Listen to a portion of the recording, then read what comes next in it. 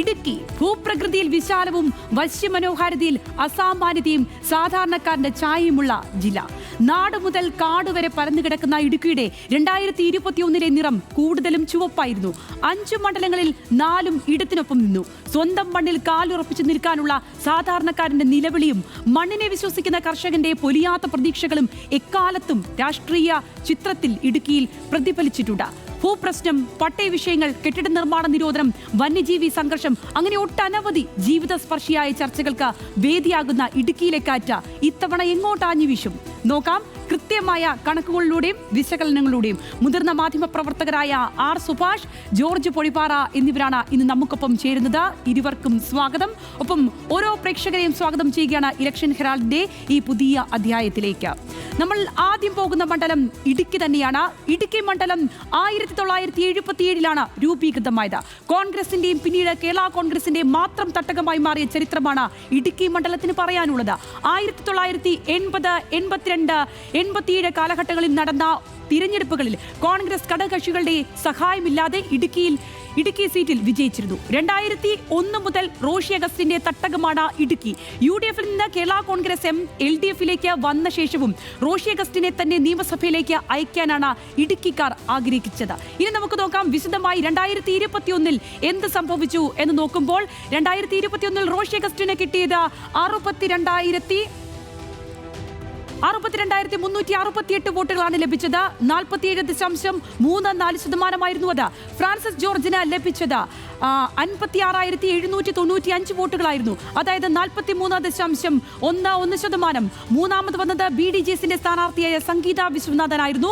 9,286 വോട്ടുകൾ, അതായത് 7.05%. ഭൂരിപക്ഷം പ്രത്യേകം ശ്രദ്ധിക്കണം, 5,573 വോട്ടുകളുടേതായിരുന്നു.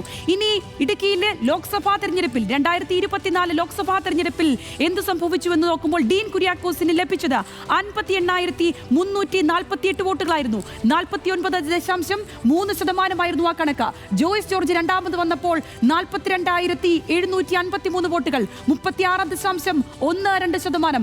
സംഗീത വിശ്വനാഥൻ മൂന്നാം സ്ഥാനത്ത് വരുമ്പോൾ 14,680 എന്നുള്ളതായിരുന്നു കണക്ക്, 12.4%. ലീഡ് വന്നത് 15,595 എന്നുള്ള കണക്കായിരുന്നു. ഇനി വരാം നമുക്ക് 2025 തദ്ദേശ തെരഞ്ഞെടുപ്പിലെ ഇടുക്കിയുടെ ചിത്രത്തിലേക്ക്. അവിടെ കട്ടപ്പന മുനിസിപ്പാലിറ്റി UDF ഭരണമായി പിടിച്ചത്. UDF ആണ് ഭരണം പിടിച്ചത്. UDF-ന് അവിടെ 20, LDF-ന് 12, മറ്റുള്ളവർക്ക് 3 എന്നിങ്ങനെയായിരുന്നു കട്ടപ്പന മുനിസിപ്പാലിറ്റിയിലെ കക്ഷിനില. 2020 ഇത് UDF-ന് ഒപ്പമാണ് കട്ടപ്പന നിന്നത്. ഇനി ഗ്രാമപഞ്ചായത്തുകളിലേക്ക് വരുമ്പോൾ വലിയ അട്ടിമറി ഉണ്ടായിരിക്കുന്നു. 9 ഗ്രാമപഞ്ചായത്തുകളിൽ 9 UDF-നൊപ്പം നിൽക്കുന്ന കാഴ്ചയാണ്. അതേതൊക്കെയാണെന്ന് നോക്കാം. കഞ്ഞിക്കുഴി, വാഴത്തോപ്പ്, കാമാക്ഷി, കാഞ്ചിയാർ, കൊന്നത്തടി, മരിയാപുരം, വാത്തിക്കുടി, അറക്കുളം, കുടയത്തൂർ എന്നീ 9 പഞ്ചായത്തുകളും UDF-ന്റെ ആധിപത്യമായിട്ടാണ് ഇപ്പോൾ 2025 കണക്ക് വരുമ്പോൾ ഉള്ളത്. തദ്ദേശ തെരഞ്ഞെടുപ്പിൽ അങ്ങനെ വലിയ രീതിയിലുള്ള ഒരു UDF-ന്റെ തരംഗം തന്നെയാണ് തദ്ദേശ തെരഞ്ഞെടുപ്പിൽ കണ്ടിട്ടുള്ളത്. പക്ഷേ ഇടുക്കി മണ്ഡലത്തിലേക്ക് വരുമ്പോൾ അവിടെ റോഷി അഗസ്റ്റിന്റെ പ്രഭാവം എന്നുള്ളത് നമുക്ക് ചെറുതായി കാണാൻ കഴിയില്ല. അദ്ദേഹത്തെ നമുക്ക് വിശകലനം ചെയ്യുമ്പോൾ റോഷി അഗസ്റ്റിനെ പറ്റി പ്രത്യേകം പറയുമ്പോൾ ഈ അടുത്ത് തന്നെ നമ്മൾ ഏറ്റവും കൂടുതൽ ചർച്ച ചെയ്ത് ഏറ്റവും വലിയൊരു ചുവടുമാറ്റത്തിലേക്ക് പോകേണ്ടിയിരുന്ന കേരള കോൺഗ്രസ് എമ്മിന്റെ ആ ചുവടുമാറ്റത്തെ തടഞ്ഞുകൊണ്ടുള്ള ഒരു നിർണായക ശക്തിയായി മാറിയ റോഷി അഗസ്റ്റിന്റെ തീരുമാനങ്ങളെ നമ്മൾ കണ്ടതാണ്. ആ രീതിയിൽ റോഷി അഗസ്റ്റിനെ അടയാളപ്പെടുത്തുന്ന ഒരു സമയം കൂടിയാണ്. നമുക്ക് സുഭാഷിലേക്ക് വരുമ്പോൾ, സുഭാഷ്, ഇപ്പോൾ ഈ റോഷി അഗസ്റ്റിനുമായി ബന്ധപ്പെട്ട് അദ്ദേഹത്തിന്റെ വ്യക്തിപ്രഭാവം അവിടെ വലിയ രീതിയിൽ ഒരു നിർണായക ശക്തിയായി നിൽക്കുന്നു. മാത്രമല്ല ഈ അടുത്തിടെ നടന്ന രാഷ്ട്രീയ സാഹചര്യം അങ്ങനെ നിൽക്കുന്നു. കേരള കോൺഗ്രസ് എമ്മിനുള്ളിലും ഒപ്പം ജോസഫ് ഗ്രൂപ്പിനുള്ളിലും, അതായത് മൊത്തത്തിൽ കേരള കോൺഗ്രസിനുള്ളിൽ എന്ത് സംഭവിക്കും ഇടുക്കിയിൽ എന്നുള്ളതിൽ ആകാംക്ഷയുണ്ടല്ലോ.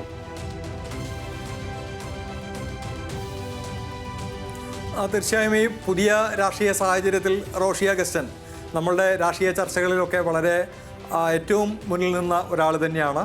കാരണം കേരള കോൺഗ്രസ് വീണ്ടും UDF-ലേക്ക് പോകുന്നു എന്നുള്ള ഒരു അന്തരീക്ഷം വന്ന സമയത്ത് തുടരും എന്ന് പറഞ്ഞുകൊണ്ട് ഇടതുമുന്നണിയുടെ ഒപ്പം ഇടതുമുന്നണി നേതാക്കന്മാരോടുള്ള ചിത്രം വെച്ചുകൊണ്ട് കൃത്യമായ തരത്തിലുള്ള ഒരു മെസ്സേജ് നൽകി വേണ്ടി വന്നാൽ പാർട്ടി പിളർത്തിയും ഇടതുപക്ഷത്തിനൊപ്പം നിൽക്കും എന്ന ഒരു സൂചന നൽകിയ ഒരാളാണ് റോഷി അഗസ്റ്റ്യൻ. അതുകൊണ്ട് തന്നെ അവിടെ ഒരു ഇടതുപക്ഷ പ്രവർത്തകർക്ക് റോഷി അഗസ്റ്റ്യനോടൊരു പ്രത്യേക താല്പര്യം കൂടി ഇത്തവണ ഉണ്ടായിട്ടുണ്ട്. എന്തായാലും അത്തരം താല്പര്യങ്ങളോ അല്ലെങ്കിൽ ഇടതുപക്ഷ പ്രവർത്തകരുടെ അകമഴിഞ്ഞ പിന്തുണയോ ഒന്നുമില്ലെങ്കിൽ പോലും റോഷി അഗസ്റ്റ്യൻ്റെ മണ്ണാണ് ഇടുക്കി. അതുകൊണ്ട് തന്നെ റോഷി അഗസ്റ്റ്യൻ ആയിരിക്കും ഇപ്രാവശ്യവും സ്ഥാനാർത്ഥി എന്ന കാര്യം ഉറപ്പാണ്.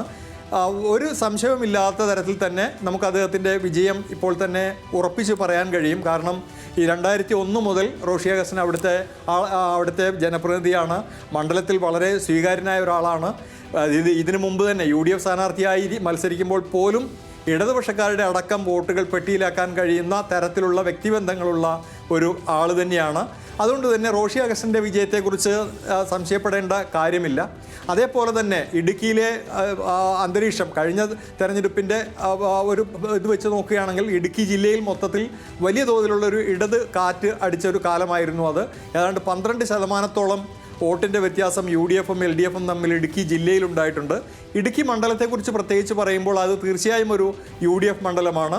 ആ ഒരു കമ്മ്യൂണിസ്റ്റ് ഇതര മണ്ഡലം, കമ്മ്യൂണിസ്റ്റ് വിരുദ്ധ മണ്ഡലം എന്ന് വേണമെങ്കിൽ പോലും പറയാവുന്ന ഒന്നാണ്. അതായത് കേരള കോൺഗ്രസുകളുടെ അല്ലെങ്കിൽ കോൺഗ്രസിൻ്റെ ഒരു തട്ടകം തന്നെയായിരുന്നു. അവിടെ പഴയ PP റാവുത്തർ, സുലൈമാൻ റാവുത്തർ മാത്രമാണ് ഒരു ഇതര കക്ഷിയായി മത്സരിച്ച് ജയിച്ച ഒരാൾ. അത് നമുക്ക് കേരള കോൺഗ്രസോ അല്ലാത്തൊരാൾ. ആ തരത്തിലൊരു തീർച്ചയായും കേരള കോൺഗ്രസുകൾക്ക് വലിയ അടിത്തറയുള്ളൊരു മണ്ണ് തന്നെയാണത്. അതുകൊണ്ട് തന്നെ അദ്ദേഹത്തിൻ്റെ വിജയത്തെക്കുറിച്ച് സംശയപ്പെടേണ്ട കാര്യമില്ല. പക്ഷേ കഴിഞ്ഞ തവണ അദ്ദേഹത്തിന് ഭൂരിപക്ഷം 5500 വോട്ടിൻ്റെ ഭൂരിപക്ഷം മാത്രമേ ഉണ്ടായിരുന്നുള്ളൂ. അതിനു മുമ്പ് ഏതാണ്ട് 9000-നും 15000-നും ഒക്കെയുള്ള ഭൂരിപക്ഷം അദ്ദേഹത്തിനുണ്ടായിരുന്നു. ആ ഒരു സമയത്ത് BDJSന് കിട്ടിയ വോട്ടുകളുടെ എണ്ണം കൂടി നമ്മൾ നോക്കുമ്പോൾ 2016 ഏതാണ്ട് 27000 വോട്ടുകൾ കിട്ടിയ BDJSന് പിന്നീട് 9000 വോട്ട് മാത്രമേ ലഭിച്ചുള്ളൂ. അതൊക്കെ അത്തരം ഒരു വോട്ടുകളുടെ ഒഴുക്കൊക്കെ ഈ ഒരു ഭൂരിപക്ഷം കുറയുന്നതിന് കാരണമാണോ എന്ന കാര്യത്തെക്കുറിച്ചുള്ള അന്വേഷണങ്ങളാകാവുന്നതാണ്. എന്തായാലും കഴിഞ്ഞ തവണത്തെ എതിരാളി ഇത്തവണ ഇല്ല. ഫ്രാൻസിസ് ജോർജ് ഇപ്പോൾ MP ആണ്. അതുകൊണ്ട് തന്നെ ഈ മറ്റേതെങ്കിലും ഒരു സ്ഥാനാർത്ഥിയായിരിക്കും വരിക. എന്തായാലും ജോസഫ് ഗ്രൂപ്പിൽ നിന്ന് അത് കൈക്കലാക്കാനുള്ള ശ്രമം അല്ലെങ്കിൽ ആ മണ്ഡലം വെച്ചു മാറാനുള്ള ഒരു ആവശ്യമായി കോൺഗ്രസ് രംഗത്ത് വന്നിട്ടുണ്ട്. അത് എത്രത്തോളം സാധ്യമാവും എന്ന കാര്യം അറിയില്ല. എങ്കിൽ പോലും തദ്ദേശ ഭരണ തെരഞ്ഞെടുപ്പിലും അതേപോലെ തന്നെ ഇതിനു മുമ്പ് നടന്ന ലോക്സഭാ തെരഞ്ഞെടുപ്പിലും വലിയ മുന്നേറ്റമുണ്ടാക്കാൻ, ഈ മണ്ഡലത്തിലും മുന്നേറ്റമുണ്ടാക്കാൻ UDFനായിട്ടുണ്ടെങ്കിൽ പോലും റോഷി അഗസ്റ്റ്യന് അദ്ദേഹത്തിൻ്റെ വ്യക്തിപ്രഭാവം കൊണ്ട് തന്നെ ഈ ഒരു മണ്ഡലത്തിൽ വീണ്ടും വിജയിക്കാനാവും എന്ന തരത്തിലാണ് നമുക്കിപ്പോൾ അതിനെ കാണാൻ കഴിയുക. ശ്രീ ജോർജ്, ഇത്തരം ഒരു വ്യക്തിപ്രഭാവം ഉള്ളപ്പോഴും ഇടുക്കി ജില്ല അഭിമുഖീകരിക്കുന്ന വലിയ പ്രശ്നങ്ങളുണ്ടല്ലോ. ഭൂപ്രശ്നങ്ങൾ, വന്യജീവി ആക്രമണം മുതലായിട്ടുള്ള ഒട്ടനവധി പ്രശ്നങ്ങൾ, ജനങ്ങളെ തൊടുന്ന വിഷയങ്ങൾ അങ്ങനെ ഒരുപാടുണ്ടായിട്ടുണ്ടല്ലോ. ഈ പ്രശ്നങ്ങളിൽ കത്തോലിക്ക സഭ എടുത്തിരിക്കുന്ന നിലപാട് പലപ്പോഴും അവിടെ ജയം നിർണ്ണയിക്കുന്നതിൽ അല്ലെങ്കിൽ തെരഞ്ഞെടുത്ത് വരുന്ന സ്ഥാനാർത്ഥികളിൽ പ്രതിനിധികൾ ആരാണെന്ന് തീരുമാനിക്കുന്നതിൽ നിർണായകമായ ശക്തിയായി മാറിയിട്ടുണ്ടല്ലോ. കത്തോലിക്ക സഭയുടെ നിലപാട് ഇത്തവണ ഏത് രീതിയിൽ പ്രതിഫലിക്കും ഇടുക്കിയിൽ എന്നാണ് കണക്ക് കൂട്ടുന്നത്? അങ്ങനെ ചരിത്രങ്ങൾ മാറ്റിമറിച്ചിട്ടുള്ള നിലപാടുകൾ കൂടി ഉണ്ടല്ലോ കത്തോലിക്ക സഭയ്ക്ക് അവിടെ.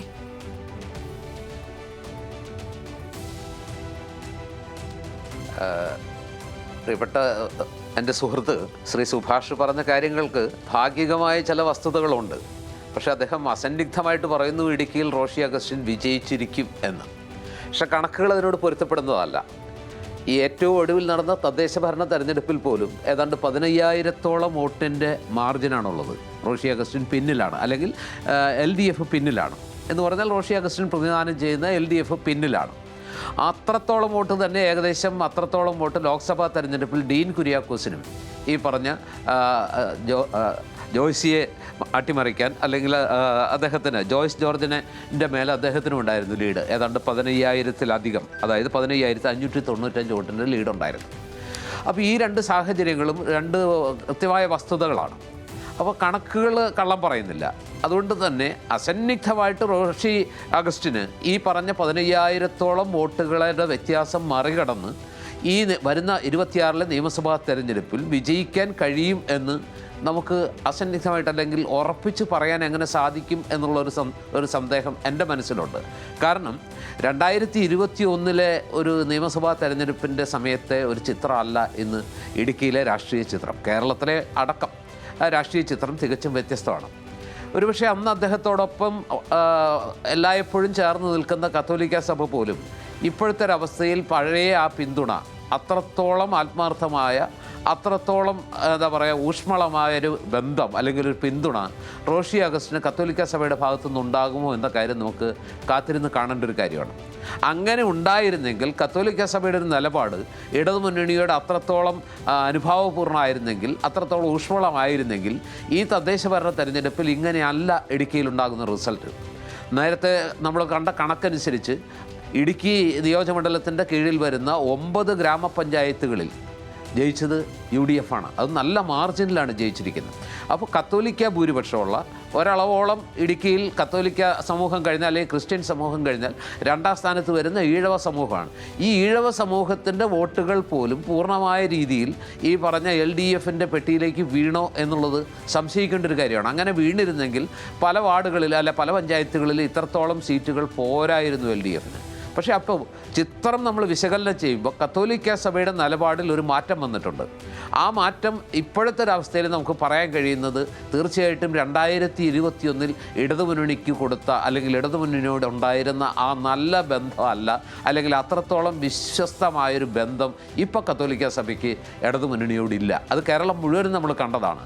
എറണാകുളവും അതുപോലെ തന്നെ കോട്ടയവും പത്തനംതിട്ടയും ഇടുക്കി അടക്കമുള്ള ക്രിസ്ത്യൻ ഭൂരിപക്ഷമുള്ള പ്രദേശങ്ങളിലെല്ലാം ഇക്കുറി ക്രിസ്ത്യൻ വോട്ടുകൾ തദ്ദേശ ഭരണ തെരഞ്ഞെടുപ്പിൽ അതുപോലെ തന്നെ ലോക്സഭാ തെരഞ്ഞെടുപ്പിൽ കൂടുതലായി വീണത് UDFൻ്റെ പെട്ടിയിലാണ്. അപ്പോൾ ആ നിലയ്ക്ക് ഇപ്പോൾ പ്രകടമായ എന്തെങ്കിലും ഒരു വ്യത്യാസം ഈ വരുന്ന 1-2 മാസം കൊണ്ട് കത്തോലിക്ക സഭയുടെ നിലപാടിലുണ്ടാകും എന്ന് കരുതാനും ന്യായമില്ല. അല്ലെങ്കിൽ പല രീതിയിൽ ആ ബന്ധം കുറച്ചുകൂടെ വിളക്കി ചേർക്കാനും കുറച്ചുകൂടി ഊഷ്മളമാക്കാനും ഒക്കെയുള്ള ശ്രമങ്ങൾ സോഷ്യൽ എഞ്ചിനീയറിംഗ് ഒരുപക്ഷെ ഇടതുമുന്നണിയുടെ ഭാഗത്തു നിന്ന് ഉണ്ടായേക്കാമെങ്കിലും ഫോർ ദ ടൈം ബീങ് ഇപ്പം നിലവിലുള്ള അവസ്ഥയിൽ നമുക്ക് കാണാൻ കഴിയുന്ന ഒരു കാര്യം അത്രത്തോളം അത് പണ്ടത്തെ പോലെ 2021 പോലെ ഇടതുപക്ഷത്തിന് അനുകൂലമായ ഒരു നിലപാടിലേക്ക് അല്ലെങ്കിൽ ശ്രീ ജോർജ് ഒരു സംശയം ഇപ്പോൾ ഉയരുകയാണ്. അതായത് വളരെയധികം അനുകൂല സാഹചര്യങ്ങൾ താങ്കൾ പറഞ്ഞത് പ്രകാരം എല്ലാ തരത്തിലും കണക്ക് വയസ്സ് നോക്കുമ്പോഴും എല്ലാ തരത്തിലും അനുകൂല ഘടകങ്ങൾ UDFനുണ്ട്. പക്ഷേ ഈ സ്ഥാനാർത്ഥി നിർണയത്തിലേക്ക് വരുമ്പോൾ അവിടെ ഒരു ശക്തനായ സ്ഥാനാർത്ഥി ഉണ്ടെങ്കിൽ മാത്രമല്ല ഈ അവസരമൊക്കെ UDFന് പ്രയോജനപ്പെടുത്താൻ കഴിയുള്ളൂ. ആ രീതിയിൽ കാര്യങ്ങൾ നീക്കിയാലല്ലേ അതൊരു പോസിബിലിറ്റി ഉണ്ടാവുകയുള്ളൂ. അതൊരു പ്രശ്നമാണ്. താങ്കളുടേത് വളരെ പ്രസക്തമായൊരു ചോദ്യമാണ്. കഴിഞ്ഞ തവണ റോഷി അഗസ്റ്റിനെ നേരിട്ടത് കേരള കോൺഗ്രസ് ജോസഫ് ഗ്രൂപ്പിലെ കരുത്തനായ ഫ്രാൻസിസ് ജോർജാണ്. പക്ഷേ ഇത്തവണ ഫ്രാൻസിസ് ജോർജ് കോട്ടയത്തിൻ്റെ MP ആയി ജയിച്ചു നിൽക്കുകയാണ്. അദ്ദേഹം കോട്ടയത്തിൻ്റെ MP ആണ്. ആ സാഹചര്യത്തിൽ അദ്ദേഹം വരാനുള്ള യാതൊരു സാധ്യതയില്ല. പിന്നെ ആരാണ് ജോസഫ് ഗ്രൂപ്പിനാണ് ആ സീറ്റ് കിട്ടുകയാണെങ്കിൽ ആര് വരും എന്നുള്ള ഒരു ചോദ്യമാണ്. ഇപ്പോൾ ചില അഭ്യൂഹങ്ങൾ കേൾക്കുന്നത് ഒരുപക്ഷെ തൊടുപുഴ മണ്ഡലത്തിൽ വീണ്ടും ഒരിക്കൽ കൂടി നിൽക്കാൻ അല്ലെങ്കിൽ അദ്ദേഹത്തിന്, അതായത് PJ ജോസഫ് എന്ന് പറയുന്ന അതികായൻ തൊടുപുഴ മണ്ഡലത്തിൽ വീണ്ടും മത്സരിക്കുമോ എന്ന കാര്യത്തിൽ ഒരു അനിശ്ചിതത്വമുണ്ട്. അദ്ദേഹത്തിൻ്റെ മകൻ അബു ജോസഫിനെ തൊടുപുഴയിൽ മത്സരിപ്പിക്കാനാണ് അദ്ദേഹം താല്പര്യപ്പെടുന്നതെന്നും വാർത്തയുണ്ടായിരുന്നു. പക്ഷേ ഏറ്റവും ഒടുവിൽ ആ റിസ്ക് വേണ്ട, അദ്ദേഹം തൊടുപുഴയിൽ തന്നെ മത്സരിക്കുമെന്ന രീതിയിലും ചില കാര്യങ്ങൾ അല്ലെങ്കിൽ വാർത്തകൾ പുറത്തു വരുന്നുണ്ട്. അതല്ല, അങ്ങനെ വന്നാൽ PJ ജോസഫ് ഒരുപക്ഷെ തൊടുപുഴ അബു ജോസഫിന് കൊടുത്തിട്ട് ഇടുക്കിയിൽ റോഷി അഗസ്റ്റിനെതിരെ മത്സരിക്കാൻ തയ്യാറായേക്കും എന്നും ഒരു സൂചനയുണ്ട്. പക്ഷെ ഇതൊന്നും കറക്റ്റായിട്ട് അല്ലെങ്കിൽ നമുക്ക് ഖണ്ഡിതമായി പറയാൻ കഴിയുന്ന കാര്യങ്ങളല്ല. പക്ഷേ ഇതെല്ലാം സൂചനകളാണ്. അന്തരീക്ഷത്തിൽ ഇത്തരം വാർത്തകൾ നിൽക്കുന്നുണ്ട്. തെരഞ്ഞെടുപ്പിന് മുമ്പ് സ്വാഭാവികമായിട്ടും ഇത്തരത്തിലുള്ള ഒത്തിരി വാർത്തകൾ വരാറുണ്ട്. നേരത്തെ സുഭാഷ് സൂചിപ്പിച്ചതുപോലെ ഇതിന് പകരം കേരള കോൺഗ്രസ് ജോസഫിൽ നിന്ന് ഈ സീറ്റ് കോൺഗ്രസ് തന്നെ ഏറ്റെടുക്കുകയാണെങ്കിൽ അവിടെ വിജയസാധ്യത വളരെ കൂടുതലാണ് എന്നുള്ളൊരു കാര്യം സംബന്ധിച്ചും ചർച്ചകൾ നടക്കുന്നുണ്ട്. പക്ഷേ ഞാൻ വിചാരിക്കുന്നില്ല കേരള കോൺഗ്രസ് ജോസഫ് ഗ്രൂപ്പ് ഈ പറയുന്ന ഇടുക്കി വെച്ച് മാറാൻ അല്ലെങ്കിൽ ഇടുക്കി കോൺഗ്രസിന് വിട്ടുകൊടുക്കാൻ തയ്യാറാകുമോ എന്നുള്ള കാര്യത്തിൽ വലിയ സംശയങ്ങളുണ്ട്. കോൺഗ്രസ് ആണ് അവിടെ മത്സരിക്കുന്നതെങ്കിൽ ജോസഫ് ഗ്രൂപ്പിന് വലിയ ശക്തനായ ഒരു സ്ഥാനാർത്ഥിയെ നിർത്താൻ ബുദ്ധിമുട്ട് ഉണ്ടെങ്കിൽ കോൺഗ്രസ് സ്ഥാനാർത്ഥി കൈപ്പത്തി ചിഹ്നത്തിൽ മത്സരിച്ചാൽ ഇടുക്കിയിൽ ഒരുപക്ഷെ റോഷി അഗസ്റ്റിൻ വലിയ അഗ്നിപരീക്ഷ നേരിടേണ്ടി വരും. മാത്രമല്ല കോൺഗ്രസിന് ഒരു കണക്ക് തീർക്കാനുമുണ്ട്. ഇക്കുറി കേരള കോൺഗ്രസ് ജോസ് കെ മാണിയുടെ പാർട്ടി UDFുമായിട്ട് ഒരു ലയനത്ത് അല്ലെങ്കിൽ ഒരു സഖ്യത്തിന് ഏതാണ്ട് അങ്ങേ അറ്റത്ത് അല്ലെങ്കിൽ നടക്കും എന്നൊരു ഘട്ടത്തിൽ റോഷി അഗസ്റ്റിൻ്റെ വീറ്റോ പ്രയോഗമാണ് പാർട്ടി പിളർന്നാലും അത്തരമൊരു സഖ്യത്തിലേക്ക് UDF-ലേക്ക് ഇല്ല എന്ന റോഷി അഗസ്റ്റിൻ്റെ അതികർക്കശമായൊരു നിലപാടാണ് സത്യത്തിൽ കാര്യങ്ങളെല്ലാം അട്ടിമറിച്ചതെന്ന് ഒരുവിധം രാഷ്ട്രീയം അറിയാവുന്ന, കേരള രാഷ്ട്രീയം അറിയാവുന്ന എല്ലാവർക്കും അറിയുന്നൊരു കാര്യമാണ്. അപ്പോൾ സ്വാഭാവികമായിട്ടും അത്തരം വലിയൊരു ഒരു സഖ്യ നീക്കത്തെ അട്ടിമറിച്ച റോഷി അഗസ്റ്റിനെ ഏതായാലും തെരഞ്ഞെടുപ്പിൽ ഒരു തിരിച്ചടി കൊടുക്കാൻ കോൺഗ്രസിന് വലിയ വാശിയുണ്ടാകും. എല്ലാ തരത്തിലും റോഷി അഗസ്റ്റിന് വലിയ രീതിയിൽ ഇത്തവണത്തെ ഇലക്ഷൻ അത് വലിയ രീതിയിൽ പ്രാധാന്യം അർഹിക്കുന്നുണ്ട്. തുടർ ജയങ്ങൾ ഉണ്ടാകുമോ എന്നുള്ളത് മാത്രമല്ല, എടുത്തിരിക്കുന്ന തീരുമാനം അത് എത്രത്തോളം ശരിവെക്കുന്നതാണ് എന്നുള്ളത് കൂടി അടിവരയിടും. അവിടെ കേരള കോൺഗ്രസ് എമ്മിന്റെ ഭാവി കൂടി അതിനകത്ത് ഉൾപ്പെടുന്നുണ്ട് എന്നുള്ളതും ഒരു വലിയ പ്രസക്തമായിട്ട് നിൽക്കുകയാണ്. അടുത്ത മണ്ഡലത്തിലേക്ക് നമുക്ക് അതിവേഗം പോയാൽ ഉടുമ്പൻചോലയാണ്. 1965 രൂപീകൃതമായ മണ്ഡലമാണ്. കോൺഗ്രസിന്റെയും കേരള കോൺഗ്രസിന്റെയും പ്രതിനിധികളെ വിജയിപ്പിച്ചിട്ടുണ്ടെങ്കിലും പൊതുവെ ഇടത് ചായ്വുള്ള മണ്ഡലമാണ് ഉടുമ്പൻചോല. 2021 തെരഞ്ഞെടുപ്പ് ഫലങ്ങളിൽ ഉടുമ്പൻചോലയിലെ ഭൂരിപക്ഷം തീർത്ത വിസ്മയം മറക്കാനാവില്ല. നമുക്കത് വിശദമായി നോക്കാം. 1996 സമാനമായി MM മണിയും EM ആഗസ്റ്റിനും തമ്മിലായിരുന്നു കഴിഞ്ഞ തവണത്തെ പോരാട്ടം എന്നുള്ളതും ഓർക്കണം. ഉടുമ്പൻചോലയിൽ കഴിഞ്ഞ തവണ ലഭിച്ചത് MM മണിക്ക് ലഭിച്ചത് 77,381 വോട്ടുകൾ, 61.8% വോട്ടുകൾ. EM ആഗസ്റ്റിക്ക് അവിടെ ലഭിച്ചത് 39,076 വോട്ടുകൾ, 31.21% സന്തോഷ് മഹാദേവന് അവിടെ ലഭിച്ചത് 7,208 വോട്ടുകളായിരുന്നു, 5.76%. ഭൂരിപക്ഷം 38,305 വോട്ടുകളുടേതായിരുന്നു. ഇനി നേരെ പോകുന്നത് 2024 കണക്കിലേക്കാണ്. ഡീൻ കുര്യാക്കോസ് ലഭിച്ചത് 53,085 വോട്ടുകൾ, 45.6%. ജോയ്സ് ജോർജിന് 46,325 വോട്ടുകൾ, 39.8%. സംഗീത വിശ്വനാഥന് 14,316 വോട്ടുകൾ, 12.29%. 6,760 വോട്ടുകളുടെ ലീഡാണ് ലഭിച്ചത്. ഇനി 2025 തദ്ദേശ തെരഞ്ഞെടുപ്പിലേക്ക് വരുമ്പോൾ ഗ്രാമപഞ്ചായത്തുകൾ അവിടെ 10 അവിടെ LDF-ന് 5, UDF-ന് 5 എന്നുള്ളതാണ് കണക്ക്. ഇനി അത് ഏതൊക്കെയാണ് എന്ന് വിശദമായി പരിശോധിക്കുമ്പോൾ UDF-നൊപ്പം നിൽക്കുന്നത് ഇരട്ടയാർ, നെടുങ്കണ്ടം, പാമ്പാടുംപാറ, രാജാക്കാട്, വണ്ടൻമേട് എന്നീ പഞ്ചായത്തുകളാണ് UDF-നൊപ്പം നിൽക്കുന്നത്. LDF-നൊപ്പം നിൽക്കുന്നത് കരുണാപുരം, ശാന്തൻപാറ, സേനാപതി, ഉടുമ്പൻചോല, രാജകുമാരി എന്നീ പഞ്ചായത്തുകൾ LDF-നൊപ്പം നിൽക്കുന്നു. ഈ രാജകുമാരി പഞ്ചായത്തിൽ ടൈ ആയിരുന്നു, അത് നറുക്കെടുപ്പിലൂടെ ഭരണം ലഭിക്കുകയാണ് ഉണ്ടായത്. സുഭാഷ്, ഈ കണക്കുകളിൽ വലിയ രീതിയിലുള്ള, അതായത് 2016 ഭൂരിപക്ഷത്തിൽ നിന്ന് 2021 വരുമ്പോൾ വലിയ കുതിച്ചുചാട്ടം ഉണ്ടാക്കിയിരിക്കുന്ന MM മണിയാണ് നമ്മൾ കാണുന്നത്. MM മണി ഇപ്പോൾ ഈ തദ്ദേശ തെരഞ്ഞെടുപ്പിലെ ഫലം വന്ന ദിവസമൊക്കെ പറഞ്ഞ രീതിയിലുള്ള വിവാദകരമായിട്ടുള്ള പ്രസ്താവനകളൊക്കെ നടത്തിയിട്ടുണ്ട്. മുമ്പും പല പരാമർശങ്ങളും അദ്ദേഹം നടത്തിയിട്ടുണ്ട്. പക്ഷേ അങ്ങനെയൊക്കെ ആണെങ്കിലും അവർക്ക് ഉടുമ്പൻചോലക്കാർക്ക് മണിയാശാനാണ്, ആശാനൊപ്പം നിന്നിട്ടുള്ള ഒരു ചരിത്രമുണ്ട്. ആ ചരിത്രം ഇത്തവണയും MM മണി മത്സരിക്കുകയാണെങ്കിൽ അത് വീണ്ടും ആവർത്തിക്കാനുള്ള സാധ്യതകളാണോ ഉള്ളത് ഉടുമ്പൻചോലയിൽ?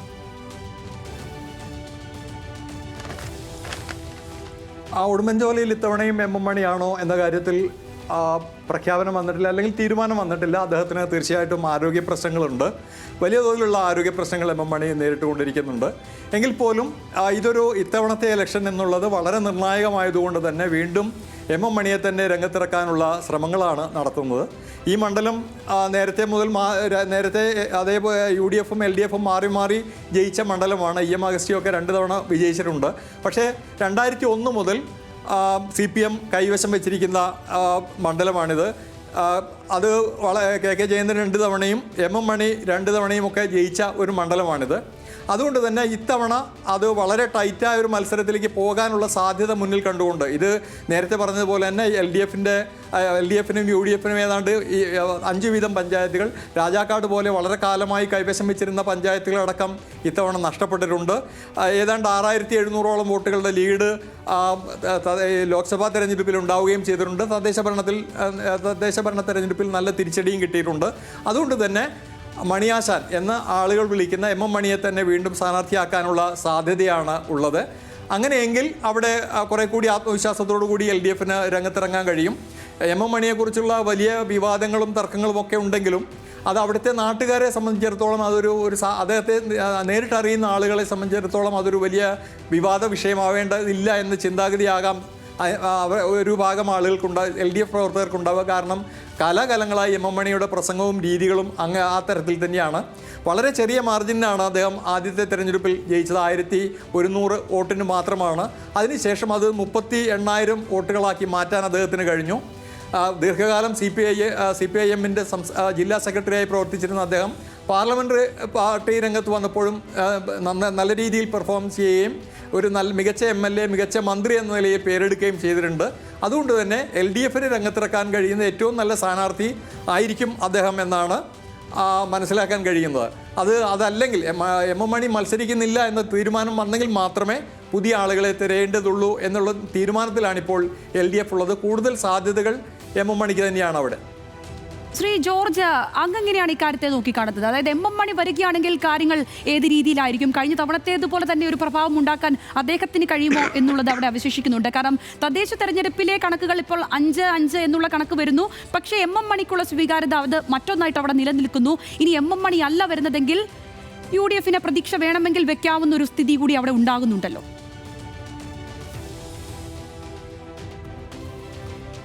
അതായത് ലോക്സഭാ തെരഞ്ഞെടുപ്പിലെയും ഏറ്റവും ഒടുവിൽ നടന്ന തദ്ദേശഭരണ തെരഞ്ഞെടുപ്പിലെയും കണക്കുകൾ നോക്കുമ്പോൾ, അതായത് നിയമസഭാ മണ്ഡല അടിസ്ഥാനത്തിൽ നോക്കിയാലും തദ്ദേശഭരണ സ്ഥാപനങ്ങളിലെ ഒരു ചിത്രം നോക്കിയാലും മുന്നണികൾക്ക് ഏതാണ്ട് തുല്യ സാധ്യതയുണ്ട്. അതായത് ലോക്സഭാ തെരഞ്ഞെടുപ്പിൽ ഡീൻ കുര്യാക്കോസിന് ലീഡുണ്ട്, നല്ല ലീഡ് കിട്ടിയിട്ടുണ്ട്. പക്ഷേ തദ്ദേശഭരണ തെരഞ്ഞെടുപ്പിൽ ഏതാണ്ട് ഒപ്പത്തിനൊപ്പമുള്ള ഒരു അവസ്ഥയാണ് രാഷ്ട്രീയ ചിത്രം നമ്മുടെ മുമ്പിലുള്ളത്. ഇവിടെ പക്ഷേ വ്യത്യാസം എന്ന് പറയുന്നത് സുഭാഷ് ചൂണ്ടിക്കാണിച്ച ഒരു വ്യത്യാസമാണ്. എം മണി എന്ന് പറയുന്ന വ്യക്തിയാണ് യഥാർത്ഥത്തിൽ അവിടെ LDF-നും UDF-നും ഇടയിലുള്ള ആ ഒരു വ്യത്യാസം സൃഷ്ടിക്കുക. ഒരു ക്രൂഷ്യൽ ഫാക്ടർ എന്ന് പറയുന്നത് എം മണിയാണ്. എം മണിയുടെ രാഷ്ട്രീയം ഈ പറയുന്ന ഉടുമ്പൻചോല നിയോജകമണ്ഡലത്തിലുള്ളവരെ സംബന്ധിച്ചിടത്തോളം കുറച്ച് പ്രിയപ്പെട്ടതാണ്. അദ്ദേഹത്തിൻ്റെ ആ രാഷ്ട്രീയത്തെ അവർ വളരെ അടുത്ത് നിന്ന് കാണാൻ തുടങ്ങിയിട്ട് ഒരുപാട് കാലമായി. അവിടുത്തെ ജനങ്ങളെ സംബന്ധിച്ചിടത്തോളം എം മണിയുടെ ഭാഷ എന്ന് പറയുന്നത് അവരുമായി വല്ലാതെ കമ്മ്യൂണിക്കേറ്റ് ചെയ്യാൻ കഴിയുന്ന, അവർക്ക് അതിൻ്റെ ഒരു ട്രൂ സെൻസിൽ ഉൾക്കൊള്ളാൻ കഴിയുന്നൊരു ഭാഷയാണ്. പക്ഷേ സമതലത്തിലേക്ക് വരുമ്പോൾ, അല്ലെങ്കിൽ കേരളത്തിലെ മറ്റു സ്ഥലങ്ങളിലേക്ക് വരുമ്പോൾ അദ്ദേഹം ഉപയോഗിക്കുന്ന ഭാഷയും അദ്ദേഹത്തിൻ്റെ പ്രയോഗങ്ങളും അതേ സെൻസിലും അതേ അർത്ഥത്തിലും പലപ്പോഴും ഉൾക്കൊള്ളുന്നില്ല. ഏറ്റവും ഒടുവിൽ സുഭാഷ് ചൂണ്ടിക്കാണിച്ചൊരു കാര്യമുണ്ടല്ലോ, അതായത് ഈ തദ്ദേശ ഭരണ തെരഞ്ഞെടുപ്പിൻ്റെ തോൽവിക്ക് ശേഷം അദ്ദേഹം പറഞ്ഞത് എല്ലാ ആനുകൂല്യങ്ങളും കൈപ്പറ്റിയിട്ട് നിങ്ങൾ വോട്ട് മാറിക്കുത്തി എന്ന് പറയുന്ന, അത് വേറൊരു അദ്ദേഹം ഉപയോഗിച്ച ഭാഷ ഈ രീതിയിലല്ല. വേണമെങ്കിൽ അങ്ങനെ അല്ലാത്തൊരു ഭാഷയിൽ വേണമെങ്കിൽ നാടൻ ഭാഷയിൽ വ്യാഖ്യാനിക്കുകയും ചെയ്യാം. ഏതായാലും കാര്യം കണ്ടിട്ട് നിങ്ങൾ കാലുമാറി എന്നുള്ള രീതിയിൽ ഒരു വർത്തമാനമാണ് അദ്ദേഹത്തിൽ നിന്നുണ്ടായത്. അത് മറ്റുള്ളവരെ സംബന്ധിച്ചിടത്തോളം നോക്കുമ്പോൾ ആ ഭാഷ എന്ന് പറയുന്നത് ഉപയോഗിക്കാൻ പാടില്ലാത്ത ഒരു രാഷ്ട്രീയ നേതാവ്, ഉപയോഗിക്കാൻ പാടില്ലാത്ത ഒരു മുന്നണിയുടെ വക്താവായിട്ട് അല്ലെങ്കിൽ മുന്നണിയുടെ പ്രതിനിധി എന്നുള്ള നിലയ്ക്ക് ഉപയോഗിക്കാൻ പാടില്ലാത്ത ഒരു പ്രയോഗമാണ് എന്ന് വേണമെങ്കിൽ പറയാം. പക്ഷേ എം മണി എന്ന് പറയുന്ന മനുഷ്യരുടെ പച്ചയായ ഭാഷയിൽ, അതുപോലെ തന്നെ അവർക്ക് ഏറ്റവും കൂടുതൽ മനസ്സിലാകുന്ന ഭാഷയിൽ, ഇടുക്കിയിലെ സാധാരണ മനുഷ്യരുടെ ആ ഒരു ഭാഷ ഉപയോഗിക്കുമ്പോൾ അദ്ദേഹത്തിന് അങ്ങനെയൊക്കെ പറയാൻ പറ്റുള്ളൂ. അദ്ദേഹത്തിൻ്റെ കൈവശമുള്ള ഭാഷയും ഏതാണ്ട് അതൊക്കെ തന്നെയാണ്. അതുകൊണ്ടാണ് പറയുന്നത്, കാര്യം എന്തൊക്കെ പറഞ്ഞാലും ശരി, ഇതിനു മുമ്പ് അദ്ദേഹം പല പ്രയോഗങ്ങളും നടത്തിയിട്ടുണ്ട്. പഴയ എന്താ പറയുക, സമരകാലത്ത് തോട്ടം തൊഴിലാളികളുടെ, അതായത് മൂന്നാറിലെ തോട്ടം തൊഴിലാളി സ്ത്രീകളുടെ സമരകാലത്തൊക്കെ ഈ രീതിയിലുള്ള പല പ്രയോഗങ്ങളും അദ്ദേഹത്തിൻ്റെ ഭാഗത്തു നിന്നുണ്ടായി, വലിയ വിവാദമായി. പക്ഷെ അതൊന്നും പിന്നീട് നടന്ന തെരഞ്ഞെടുപ്പ് നമുക്കറിയാം. ഈ 2021 തെരഞ്ഞെടുപ്പിൽ കൂറ്റൻ ലീഡിലാണ്, കൂറ്റൻ ഭൂരിപക്ഷത്തിലാണ്, 38,000-ലധികം വോട്ടിൻ്റെ അത്യുജ്വല ഭൂരിപക്ഷത്തിലാണ് അദ്ദേഹം വിജയിച്ചത്. അപ്പോൾ അതൊക്കെ വെച്ച് നോക്കുമ്പോൾ എം മണി മത്സരിച്ചാൽ തീർച്ചയായിട്ടും ഉടുമ്പൻചോലയിലെ ഇപ്പോഴത്തെ രാഷ്ട്രീയ ചിത്രവും കണക്കുകളും അല്ല, അദ്ദേഹത്തിൻ്റെ ഒരു സാന്നിധ്യവും അദ്ദേഹത്തിൻ്റെ ആ ഒരു സ്വാധീനവും അദ്ദേഹവും അവിടുത്തെ ജനങ്ങളുമായിട്ടുള്ള ആ ബന്ധത്തിൻ്റെ ഒരു ഇഴയെടുപ്പവും വെച്ച് നോക്കുമ്പോൾ ഇപ്പോഴും അദ്ദേഹത്തിന് ഒരു അട്ടിമറിക്ക് അല്ലെങ്കിൽ ഒരു അത്ഭുതത്തിന്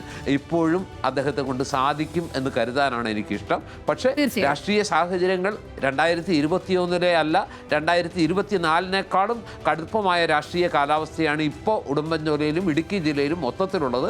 അതുകൊണ്ട് എം മണിക്ക് അനായാസമായ ഒരു വിജയമാകില്ല, മറിച്ച് വിയർപ്പൊഴുക്കിയാലും ഒടുവിൽ എം മണി എന്ന് പറയുന്ന ആ ജനപ്രിയനായ നേതാവിൻ്റെ ഒരു ശക്തി, അദ്ദേഹത്തിൻ്റെ ഒരു പേഴ്സണാലിറ്റിയും അദ്ദേഹത്തിൻ്റെ ആ ജനസ്വാധീനവും ഒരുപക്ഷെ ഈ ഉടുമ്പൻചോലയുടെ ഫലത്തിൽ നിർണായകമാകുമെന്ന് കരുതാനാണ് കൂടുതൽ ശരി, നമുക്ക് ഏതാണെങ്കിലും നോക്കാം. അദ്ദേഹത്തിന്റെ ഭാഷയിൽ തന്നെ പറയുമ്പോൾ 1, 2, 3 എന്നുള്ള ആ പ്രയോഗം തന്നെ നമുക്ക് വർഷങ്ങൾക്ക് മുമ്പേ പരിചിതമാണ്.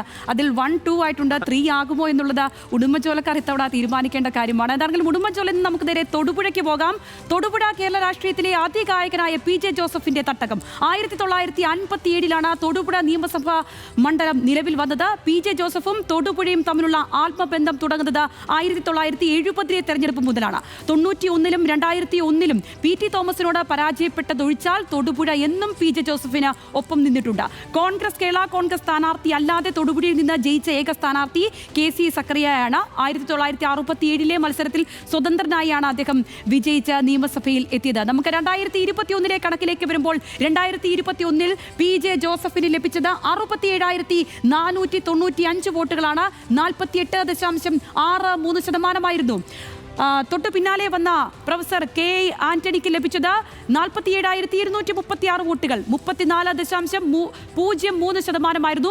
മൂന്നാമതായിട്ട് വന്നത് BJPയുടെ P ശ്യാംരാജാണ്. 21,263 വോട്ടുകൾ, 15.32%. അവിടുത്തെ ഭൂരിപക്ഷം 20,259 എന്നുള്ള കണക്കാണ്. ഇനി 2024 പോകുമ്പോൾ ഡീൻ കുര്യാക്കോസിന് ലഭിച്ചത് 69,900 വോട്ടുകൾ, 55.64%. ജോയ്സ് ജോർജിന് ലഭിച്ചത് 36,280 വോട്ടുകൾ, 28.88%. സംഗീത വിശ്വനാഥന് 16,413, 13.06%.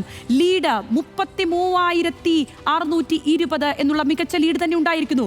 ഇനി 2025 കണക്കിലേക്ക് വരുമ്പോൾ തൊടുപുഴ മുനിസിപ്പാലിറ്റി UDF-നൊപ്പം, UDF-ന് 19, LDF-ന് 3, NDA-ക്ക് 9, മറ്റുള്ളവർക്ക് 7 എന്നുള്ളതാണ് കണക്ക്. 2020 വലിയ മാറ്റങ്ങളാണ് തൊടുപുഴ നഗരസഭയിൽ ഉണ്ടായത്. അതിനെപ്പറ്റി വിശദമായി പറയുമ്പോൾ തൊടുപുഴ രാഷ്ട്രീയ നാടകങ്ങളുടെ വേദിയായിരുന്നു തൊടുപുഴ കഴിഞ്ഞ ഒരു 5 വർഷം എന്നുള്ള കണക്കെടുക്കുമ്പോൾ. UDF സ്വതന്ത്രനായിട്ടുള്ള സനീഷ് ജോർജിനെ അവിടെ ചെയർമാനാക്കി. ആദ്യം അവിടെ LDF ഭരണം നേടുകയുണ്ടായി. പിന്നീട് കൈക്കൂലി കേസിൽ കുടുങ്ങി സനീഷ് ജോർജ് ചെയർമാൻ സ്ഥാനം രാജിവെക്കേണ്ടി വന്നു. മുസ്ലിം ലീഗിന്റെ പിന്തുണയോടെ പിന്നീട് ഇടതു ഭരണം തുടർന്നു. കോൺഗ്രസ് വീണ്ടും അവിശ്വാസ പ്രമേയം കൊണ്ടുവന്നു. അങ്ങനെ വലിയ രീതിയിലുള്ള നാടകങ്ങൾ നടക്കുന്നു. അപ്പോൾ BJPയിലെ പടലപ്പിടക്കം കോൺഗ്രസിന് തുണയാകുന്നു. LDF ഭരണം അവസാനിപ്പിച്ച കോൺഗ്രസിന്റെ K ദീപക് ചെയർമാനാകുന്നു. ഇത്തരം വലിയ നാടകങ്ങൾ അവിടെ അരങ്ങേറിയിട്ടുണ്ട്. ഇനി നമുക്ക് തൊടുപുഴയുടെ മറ്റൊരു ചിത്രത്തിലേക്ക് പോകുമ്പോൾ അവിടെ ഗ്രാമപഞ്ചായത്തുകൾ 12, UDF-നൊപ്പം 10, LDF-നൊപ്പം 2 എന്നുള്ളതാണ് കണക്ക്. അത് ഏതൊക്കെയാണെന്ന് നോക്കുമ്പോൾ ഇടവെട്ടി, കരിമണ്ണൂർ, കരിങ്കുന്നം, കോടിക്കുളം, കുമാരമംഗലം, പുറപ്പുഴ, ഉടുമ്പന്നൂർ, വണ്ണപ്പുറം, വെളിയാമറ്റം, ആലക്കോട് എന്നീ 10 പഞ്ചായത്തുകൾ UDF-നൊപ്പം നിൽക്കുമ്പോൾ മണക്കാടും മുട്ടവും ആണ് LDF-നൊപ്പം നിൽക്കുന്നത്. അതായത് ഇതാണ് PJ ജോസഫിന്റെ സമഗ്ര ആധിപത്യമുള്ള തൊടുപുഴയുടെ ചിത്രം എന്ന് പറയുന്നത്. പക്ഷേ PJ ജോസഫ് ഇത്തവണ മത്സരിക്കില്ലെന്നുള്ള റിപ്പോർട്ടുകൾ വരുന്നു. അദ്ദേഹത്തിന് ആരോഗ്യകരമായിട്ടുള്ള പ്രശ്നങ്ങളുണ്ട്. പകരം മകൻ അബു ജോസഫ് മത്സരിക്കാനുള്ള സാധ്യതകളൊക്കെ പറഞ്ഞു കേൾക്കുന്ന സാഹചര്യമാണ്. സുഭാഷ, ഈ തൊടുപുഴയിലെ സാഹചര്യം മാറുകയാണെങ്കിൽ ഒരു വലിയ തലമുറ മാറ്റം കൂടി അവിടെ ഉണ്ടാകും. അപ്പോൾ തൊടുപുഴ എപ്പോഴും PJ ജോസഫിനൊപ്പം നിന്നിട്ടുണ്ട്. ജോസഫ് എന്നാൽ തൊടുപുഴ, തൊടുപുഴ എന്നാൽ ജോസഫ് എന്നൊക്കെ വ്യാഖ്യാനിക്കുന്ന രീതിയിൽ കാര്യങ്ങൾ പറഞ്ഞിട്ടുണ്ട് 2 തവണ ഒഴികെ. പക്ഷേ ഈ തലമുറ മാറ്റം സംഭവിക്കുമ്പോൾ നമ്മൾ എന്തൊക്കെ പ്രതീക്ഷിക്കണം തൊടുപുഴയിൽ? തലമുറ മാറ്റം സംബന്ധിച്ച് ഒരു പൂർണ്ണമായ തീരുമാനത്തിലേക്ക് ജോസഫ് ഗ്രൂപ്പ് എത്തിയിട്ടില്ല എന്നാണ് അറിയുന്നത്. അത്തരമൊരു രീതിയിലായിരുന്നു കാര്യങ്ങൾ നേരത്തെ രംഗത്ത് വന്നിരുന്നത്. PJ ജോസഫിൻ്റെ മകൻ അബു ജോസഫ് ആ തരത്തിൽ ഒരു സ്ഥാനാർത്ഥിയാവാൻ കഴിയുന്ന തരത്തിലുള്ള പ്രവർത്തനങ്ങളുമായി മണ്ഡലത്തിൽ ഉണ്ടാവുകയും ചെയ്തിരുന്നു. എന്നാൽ ഇപ്പോൾ ഇലക്ഷൻ കൂടുതൽ അടുക്കുന്ന ഒരു സമയം വരുമ്പോൾ വീണ്ടും PJ ജോസഫ് തന്നെ മത്സരിക്കാൻ എത്തുന്നു എന്ന ഒരു വാർത്തയാണ് ഇപ്പോൾ കേൾക്കുന്നത്. അദ്ദേഹത്തിൻ്റെ പാർട്ടിയിലും മുന്നണിയിലും അതുമായി ബന്ധപ്പെട്ട ചർച്ചകൾ നടക്കുന്നുണ്ട്. അവർക്ക് കൂടുതൽ താല്പര്യം PJ ജോസഫ് മത്സരിക്കുന്നത് തന്നെയാണ്. ഏതെങ്കിലും തരത്തിലുള്ള ഒരു റിസ്ക് ഏറ്റെടുക്കാൻ ഇപ്പോൾ UDF-ന് ആവില്ല. അതുകൊണ്ട് തന്നെ എല്ലാവിധ സാധ്യതകളും ഉപയോഗപ്പെടുത്താനുള്ളൊരു ശ്രമത്തിൻ്റെ ഭാഗമായി കൂടിയാണ് ഈ PJ ജോസഫ് നനച്ച് വളർത്തിയെടുക്കുന്ന ഒരു മണ്ഡലത്തിൽ അദ്ദേഹത്തെ വീണ്ടും മത്സരിപ്പിക്കാൻ ഒരുങ്ങുന്നത്. 12 തവണ അദ്ദേഹം മത്സരിച്ചു എന്ന് ആലോചിക്കണം. ഇനിയിപ്പോൾ മത്സരിക്കുകയാണെങ്കിൽ 13ാമത്തെ തവണയായിരിക്കും അദ്ദേഹം മത്സരിക്കാനെത്തുന്നത്. എന്തായാലും 2 തവണ മാത്രമേ അദ്ദേഹം പരാജയപ്പെട്ടിട്ടുള്ളൂ. അത് PT തോമസിനോടാണ്. ഇടതുമുന്നണിയിലായാലും UDF-ലായാലും അദ്ദേഹത്തിന് അനായാസം ജയിക്കാൻ കഴിയുന്ന ഒരു മണ്ഡലമായി തൊടുപുഴയുടെ രാഷ്ട്രീയ അന്തരീക്ഷം മാറിക്കഴിഞ്ഞിട്ടുണ്ട്. ഇവിടെ PJ ജോസഫിനെതിരെ മത്സരിക്കുന്ന ആര് എന്നുള്ളതൊരു വലിയ പ്രശ്നം തന്നെയാണ്. അവിടെ CPM-ൽ വലിയ തോതിലുള്ള പ്രശ്നങ്ങൾ നടക്കുകയാണ്. സംഘടനാ സംവിധാനങ്ങളെ ദുർബലമാക്കുന്ന തരത്തിലുള്ള ഗ്രൂപ്പ് പോര് CPM-ൽ അവിടെ തൊടുപുഴയിൽ വളരെ രൂക്ഷമായി നിൽക്കുന്നുണ്ട്. ഈ തൊടുപുഴ മുനിസിപ്പാലിറ്റി തന്നെയാണ് അതിൻ്റെ ഏറ്റവും പ്രധാനപ്പെട്ട ഉദാഹരണം. 1998-ൽ CPM ഒറ്റയ്ക്ക്, CPI-യുടെ പോലും സഹായമില്ലാതെ ഒറ്റയ്ക്ക് ഭരിച്ച മുനിസിപ്പാലിറ്റിയാണത്. അവിടെ ഇപ്പോൾ മുഖ്യ പ്രതിപക്ഷം പോലും LDF അല്ല, അത് NDA ആണ്. NDAക്ക് 9 സീറ്റുള്ളപ്പോൾ CPM-നുള്ളത് 3 സീറ്റ് മാത്രമാണ്. ആ തരത്തിൽ നിരന്തരം പരാജയങ്ങൾ ഏറ്റുവാങ്ങിക്കൊണ്ടിരുന്നിരുന്ന CPM അവിടെ വളരെ ദുർബലമാവുകയും ഗ്രൂപ്പ് പോരും പ്രശ്നങ്ങളും വല്ലാത്ത തരത്തിലേക്ക് നീളുകയും ചെയ്തിട്ടുണ്ട്. അതുകൊണ്ട് തന്നെ ഇനി PJ ജോസഫ് ആയാലും മകനായാലും അദ്ദേഹത്തിന് വലിയ തോതിലുള്ളൊരു UDF സ്ഥാനാർത്ഥിക്ക് വലിയ തോതിലുള്ളൊരു വെല്ലുവിളി ഉയർത്താൻ കഴിയുന്ന തരത്തിൽ LDF ആരെ നിർത്തും എന്നതൊക്കെ നമുക്ക് കണ്ടറിയേണ്ട കാര്യങ്ങൾ തന്നെയാണ്. എന്തായാലും UDF-ന് വലിയ തോതിൽ മേൽക്കോയ്മയുള്ള ഒരു സ്ഥലം തന്നെയാണ്. അവിടെ PJ ജോസഫ് തന്നെയാണ് ഇത്തവണ മത്സരിക്കാൻ ഇറങ്ങുന്നതെങ്കിൽ അത് വലിയ ആത്മവിശ്വാസം UDF കേന്ദ്രങ്ങൾക്ക് ഉണ്ടാക്കുന്ന ഒരു രീതിയായിരിക്കുമെന്നാണ് നമുക്ക് പറയാൻ കഴിയുക. തീർച്ചയായും. ശ്രീ ജോർജ്, ഈ രണ്ട് കാര്യങ്ങളാണ് എനിക്ക് ചോദിക്കാൻ വരുന്നത്. ഒന്നാമത്തേത്, ഈ തലമുറ മാറ്റം സംഭവിച്ചിട്ടുണ്ടെങ്കിൽ അത് ഏത് രീതിക്ക് പ്രതിഫലിക്കുമെന്നുള്ളത്. കാരണം തൊട്ടടുത്ത് പാലായിൽ തലമുറ മാറ്റം സംഭവിച്ചപ്പോൾ ഒരുപാടധികം കാര്യങ്ങൾ ആ പാർട്ടിയിൽ തന്നെ സംഭവിച്ചു, ഇപ്പോഴും സംഭവിച്ചുകൊണ്ടേയിരിക്കുന്നു. ഇനി ജോസഫ് വിഭാഗം അതിലൊരു മാറ്റം ഉണ്ടാവുകയാണെങ്കിൽ അത് ഏത് രീതിക്ക് ഒരു പ്രതിഫലനം ഉണ്ടാക്കുമെന്ന് നമുക്ക് ഇപ്പോൾ ഉറപ്പില്ലെങ്കിൽ പോലും അത് ഏത് രീതിയിൽ മാറ്റങ്ങൾ ഉണ്ടായേക്കാം ജോസഫ് ഗ്രൂപ്പിൽ എന്നുള്ളത് ഒന്നാമത്തെ കാര്യം. രണ്ടാമത്, ഈ BJP-യുടെ ഒരു വളർച്ച ഉണ്ടാകുന്നുണ്ട്, LDF അവിടെ ശോഷിക്കുന്നുമുണ്ട്. അതുകൂടി എങ്ങനെ നോക്കിക്കാണുന്നു? തീർച്ചയായിട്ടും ആ രണ്ട് ചോദ്യങ്ങൾക്കും വലിയ രാഷ്ട്രീയ പ്രസക്തിയുണ്ട്. ഞാൻ വിചാരിക്കുന്നത് KM മാണി സാറിൻ്റെ മകൻ പിന്തുടർച്ചക്കാരനായിട്ട് ജോസ് കെ മാണി പാലായിൽ അഭിമുഖീകരിച്ച തരത്തിലുള്ളൊരു പ്രശ്നം തൊടുപുഴയിൽ ഉണ്ടാവില്ല എന്നാണ് ഞാൻ വിചാരിക്കുന്നത്. കാരണം അബു ജോസഫിനെ സംബന്ധിച്ചിടത്തോളം അദ്ദേഹം ഇതുവരെ അണിയറയിൽ നിന്ന് അല്ലെങ്കിൽ പിന്നിൽ നിന്ന് മാത്രം പ്രവർത്തിച്ച, മുന്നിലേക്ക് വന്ന് വലിയ പ്രസ്താവനകളോ വലിയ കോലാഹലങ്ങളോ ഒന്നും ഉണ്ടാക്കാത്ത ഒരു നിശബ്ദ പ്രവർത്തനമാണ് അദ്ദേഹം നടത്തിയത്. മാത്രമല്ല PJ ജോസഫിന് പാർട്ടിയിലുള്ളൊരു സ്വീകാര്യത അല്ലെങ്കിൽ അദ്ദേഹത്തിൻ്റെ ഒരു നിലപാടിനെ അധികം പേര് ചോദ്യം ചെയ്യാറില്ല. മോൻസ് ജോസഫ് മാത്രമാണ് ഒരുപക്ഷെ അദ്ദേഹത്തിൻ്റെ പിന്തുടർച്ചക്കാരൻ അല്ലെങ്കിൽ അവകാശി എന്ന നിലയ്ക്ക് കാണുന്നതും അങ്ങനെ ആഗ്രഹിക്കുന്നതുമായിട്ടുള്ളൊരു വ്യക്തി. പക്ഷേ മോൻസ് ജോസഫ് അബു ജോസഫ് തൊടുപുഴയിൽ മത്സരിച്ചാൽ അതിനെ ഒരു കാരണവശാലും എതിർക്കാൻ സാധ്യതയില്ല. ഒരുപക്ഷെ അദ്ദേഹത്തിന് എന്തെങ്കിലും ഒരു എതിർപ്പുണ്ടാവാനുള്ള സാധ്യതയുണ്ടെങ്കിൽ പോലും അത് പാർട്ടി ചെയർമാൻ പദവിയിലേക്കൊക്കെ അബു ജോസഫിനെ കൊണ്ടുവരുന്ന ഒരവസ്ഥ ഉണ്ടായാൽ മാത്രമേ അതിന് സാധ്യതയുള്ളൂ എന്നാണ് ഞാൻ കരുതുന്നത്. അതുകൊണ്ട് തന്നെ തൊടുപുഴയിൽ PJ ജോസഫ് മത്സരിക്കുകയാണെങ്കിൽ പിന്നെ തൊടുപുഴയെ സംബന്ധിച്ചിടത്തോളം LDF-ന് ഒരു പ്രതീക്ഷയ്ക്ക് അവകാശമില്ല. അദ്ദേഹം എത്ര വോട്ടിന് ജയിച്ചു എന്നാണ് തെരഞ്ഞെടുപ്പിന് മുമ്പേ തന്നെ നമുക്ക് ചോദിക്കേണ്ട ഒരു ചോദ്യം. ഒരു സംശയമില്ല, ഇപ്പോഴത്തെ രാഷ്ട്രീയ സാഹചര്യത്തിൽ പ്രത്യേകിച്ചും നേരത്തെ സുഭാഷ് വളരെ കൃത്യമായി ചൂണ്ടിക്കാണിച്ചതുപോലെ കഴിഞ്ഞ കാലങ്ങളിൽ നിന്ന് വ്യത്യസ്തമായിട്ട് തൊടുപുഴയിൽ LDF-ൻ്റെ പ്രത്യേകിച്ച് CPM-നകത്ത് വലിയ അന്തഛിദ്രങ്ങളുണ്ട്. അതിൻ്റെ ഒരു തെളിവാണ് അവർ മുഖ്യ പ്രതിപക്ഷ കക്ഷി പോലും ആകാതെ നഗരസഭയിൽ അവർ 3-ാം സ്ഥാനത്തേക്ക് തള്ളപ്പെട്ടു പോയത്. അപ്പോൾ സ്വാഭാവികമായിട്ടും ഈ സാഹചര്യങ്ങളെല്ലാം പരിഗണിച്ചും UDF-ന് ഈ തദ്ദേശ തെരഞ്ഞെടുപ്പിലും തൊട്ടു മുമ്പ് നടന്ന ലോക്സഭാ തെരഞ്ഞെടുപ്പിലും കിട്ടിയ വലിയ സ്വീകാര്യതയും എല്ലാം പരിഗണിക്കുമ്പോൾ തൊടുപുഴ ഒരുപക്ഷെ കേരളത്തിൽ PJ ജോസഫിൻ്റെ പാർട്ടിക്ക് മാത്രമല്ല UDF-ൻ്റെ തന്നെ one of the safest seat എന്ന വിശേഷണത്തിന് അർഹമായിട്ടുള്ള ഒരു മണ്ഡലമായിട്ട് തൊടുപുഴയെ കാണാം. അത് PJ ജോസഫാണ് മത്സരിക്കുന്നതെങ്കിൽ പിന്നെ അക്കാര്യത്തിൽ ഒരു സംശയവും വേണ്ട. അബു ജോസഫ് ഒരു പുതുമുഖം എന്നുള്ള നിലയ്ക്ക് മത്സരിക്കുമ്പോൾ ഒരുപക്ഷെ PJ ജോസഫിന് ആണെങ്കിൽ കിട്ടുന്ന അത്രയും ഭൂരിപക്ഷം കിട്ടുമോ എന്നൊരു ചോദ്യം മാത്രമേ അവിടെ പ്രസക്തമാകുന്നുള്ളൂ. മറിച്ച് അദ്ദേഹത്തിൻ്റെ വിജയത്തെക്കുറിച്ച് വലിയ സംശയങ്ങൾക്ക് അവകാശമില്ല. കാരണം തൊടുപുഴ 2 തവണയാണ്, അതും നേരത്തെ പറഞ്ഞ പോലെ PT തോമസിനോട് മാത്രമാണ് PJ ജോസഫ് തോറ്റിട്ടുള്ളത്. അതുപോലെ സ്റ്റേച്ചറുള്ളൊരു നേതാവ് മാത്രമല്ല, കോൺഗ്രസും PJ ജോസഫിൻ്റെ പാർട്ടിയും തമ്മിൽ ഇപ്പം അങ്ങനെ വലിയ സൗന്ദര്യപ്പിണക്കങ്ങളോ അല്ലെങ്കിൽ മത്സരമൊന്നുമില്ല. അതുകൊണ്ട് തന്നെ UDF ഒറ്റക്കെട്ടായി നിൽക്കുകയും PJ ജോസഫ് സ്ഥാനാർത്ഥിയാകുകയും ചെയ്താൽ വലിയ ഭൂരിപക്ഷത്തിൽ ഒരുപക്ഷെ സംസ്ഥാനത്ത് തന്നെ ഏറ്റവും കൂടിയ ഭൂരിപക്ഷങ്ങളിലൊന്ന് തൊടുപുഴയിലായിരിക്കും. അതല്ല, അബു ജോസഫ് ആണെങ്കിലും വിജയം സുനിശ്ചിതമാണ്. പക്ഷേ ഭൂരിപക്ഷത്തിൻ്റെ കാര്യത്തിൽ ഒരുപക്ഷെ PJ ജോസഫിനേക്കാൾ അല്പം പിന്നിൽ പോയേക്കാമെന്ന് മാത്രമേ ഞാൻ പറയുന്നുള്ളൂ. അത് ഉറപ്പായിട്ടും അങ്ങനെ സംഭവിച്ചോളണമെന്നില്ല. അത് ഏതായാലും താങ്കൾ ചോദിച്ച ആദ്യത്തെ ചോദ്യത്തിൽ ജോസ് കെ മാണി പാലായിൽ നേരിടുന്ന പ്രശ്നങ്ങൾ എന്തായാലും തൊടുപുഴയിൽ അബു ജോസഫിന് നേരിടേണ്ടി വരില്ല. കാരണം അവിടെ കോൺഗ്രസും PJ ജോസഫിൻ്റെ പാർട്ടിയും ചേരുമ്പോൾ അത് ഒരു ഇൻവിൻസിബിൾ കോമ്പിനേഷനായി മാറുന്നുണ്ട് എന്നതാണ് രാഷ്ട്രീയ യാഥാർത്ഥ്യം. ശരി, ഏതാണെങ്കിലും തൊടുപുഴയിൽ ഇത്തവണയും അങ്ങനെ പ്രത്യേകിച്ച് വലിയ മാജിക്കുകൾ ഉണ്ടാവില്ല. നമ്പറുകളിൽ ഭൂരിപക്ഷത്തിൽ ഏത് തരത്തിലുള്ള മാജിക്കുകൾ ഉണ്ടാകും എന്നുള്ളതിൽ മാത്രമാണ് ആകാംക്ഷ. അതിപ്പോൾ പി ജെ ജോസഫ് മത്സരിച്ചാലും ഒപ്പം മകൻ ഇനി മത്സരരംഗത്തേക്ക് വന്നിട്ടുണ്ടെങ്കിലും UDF എന്നും സേഫ് പ്ലേസ് ആണ് തൊടുപുഴ. ഇനി ഇടുക്കിയുടെ ഹൈ റേഞ്ചിലേക്ക് പോകുമ്പോൾ തോട്ടം മേഖല അടങ്ങുന്ന മേഖലയാണ് ദേവികുളം. 1957 രൂപപ്പെട്ട മണ്ഡലമാണ് ദേവികുളം. ആദ്യ 2 തെരഞ്ഞെടുപ്പിലും ദ്വയാംഗ മണ്ഡലമായിരുന്നു ദേവികുളം.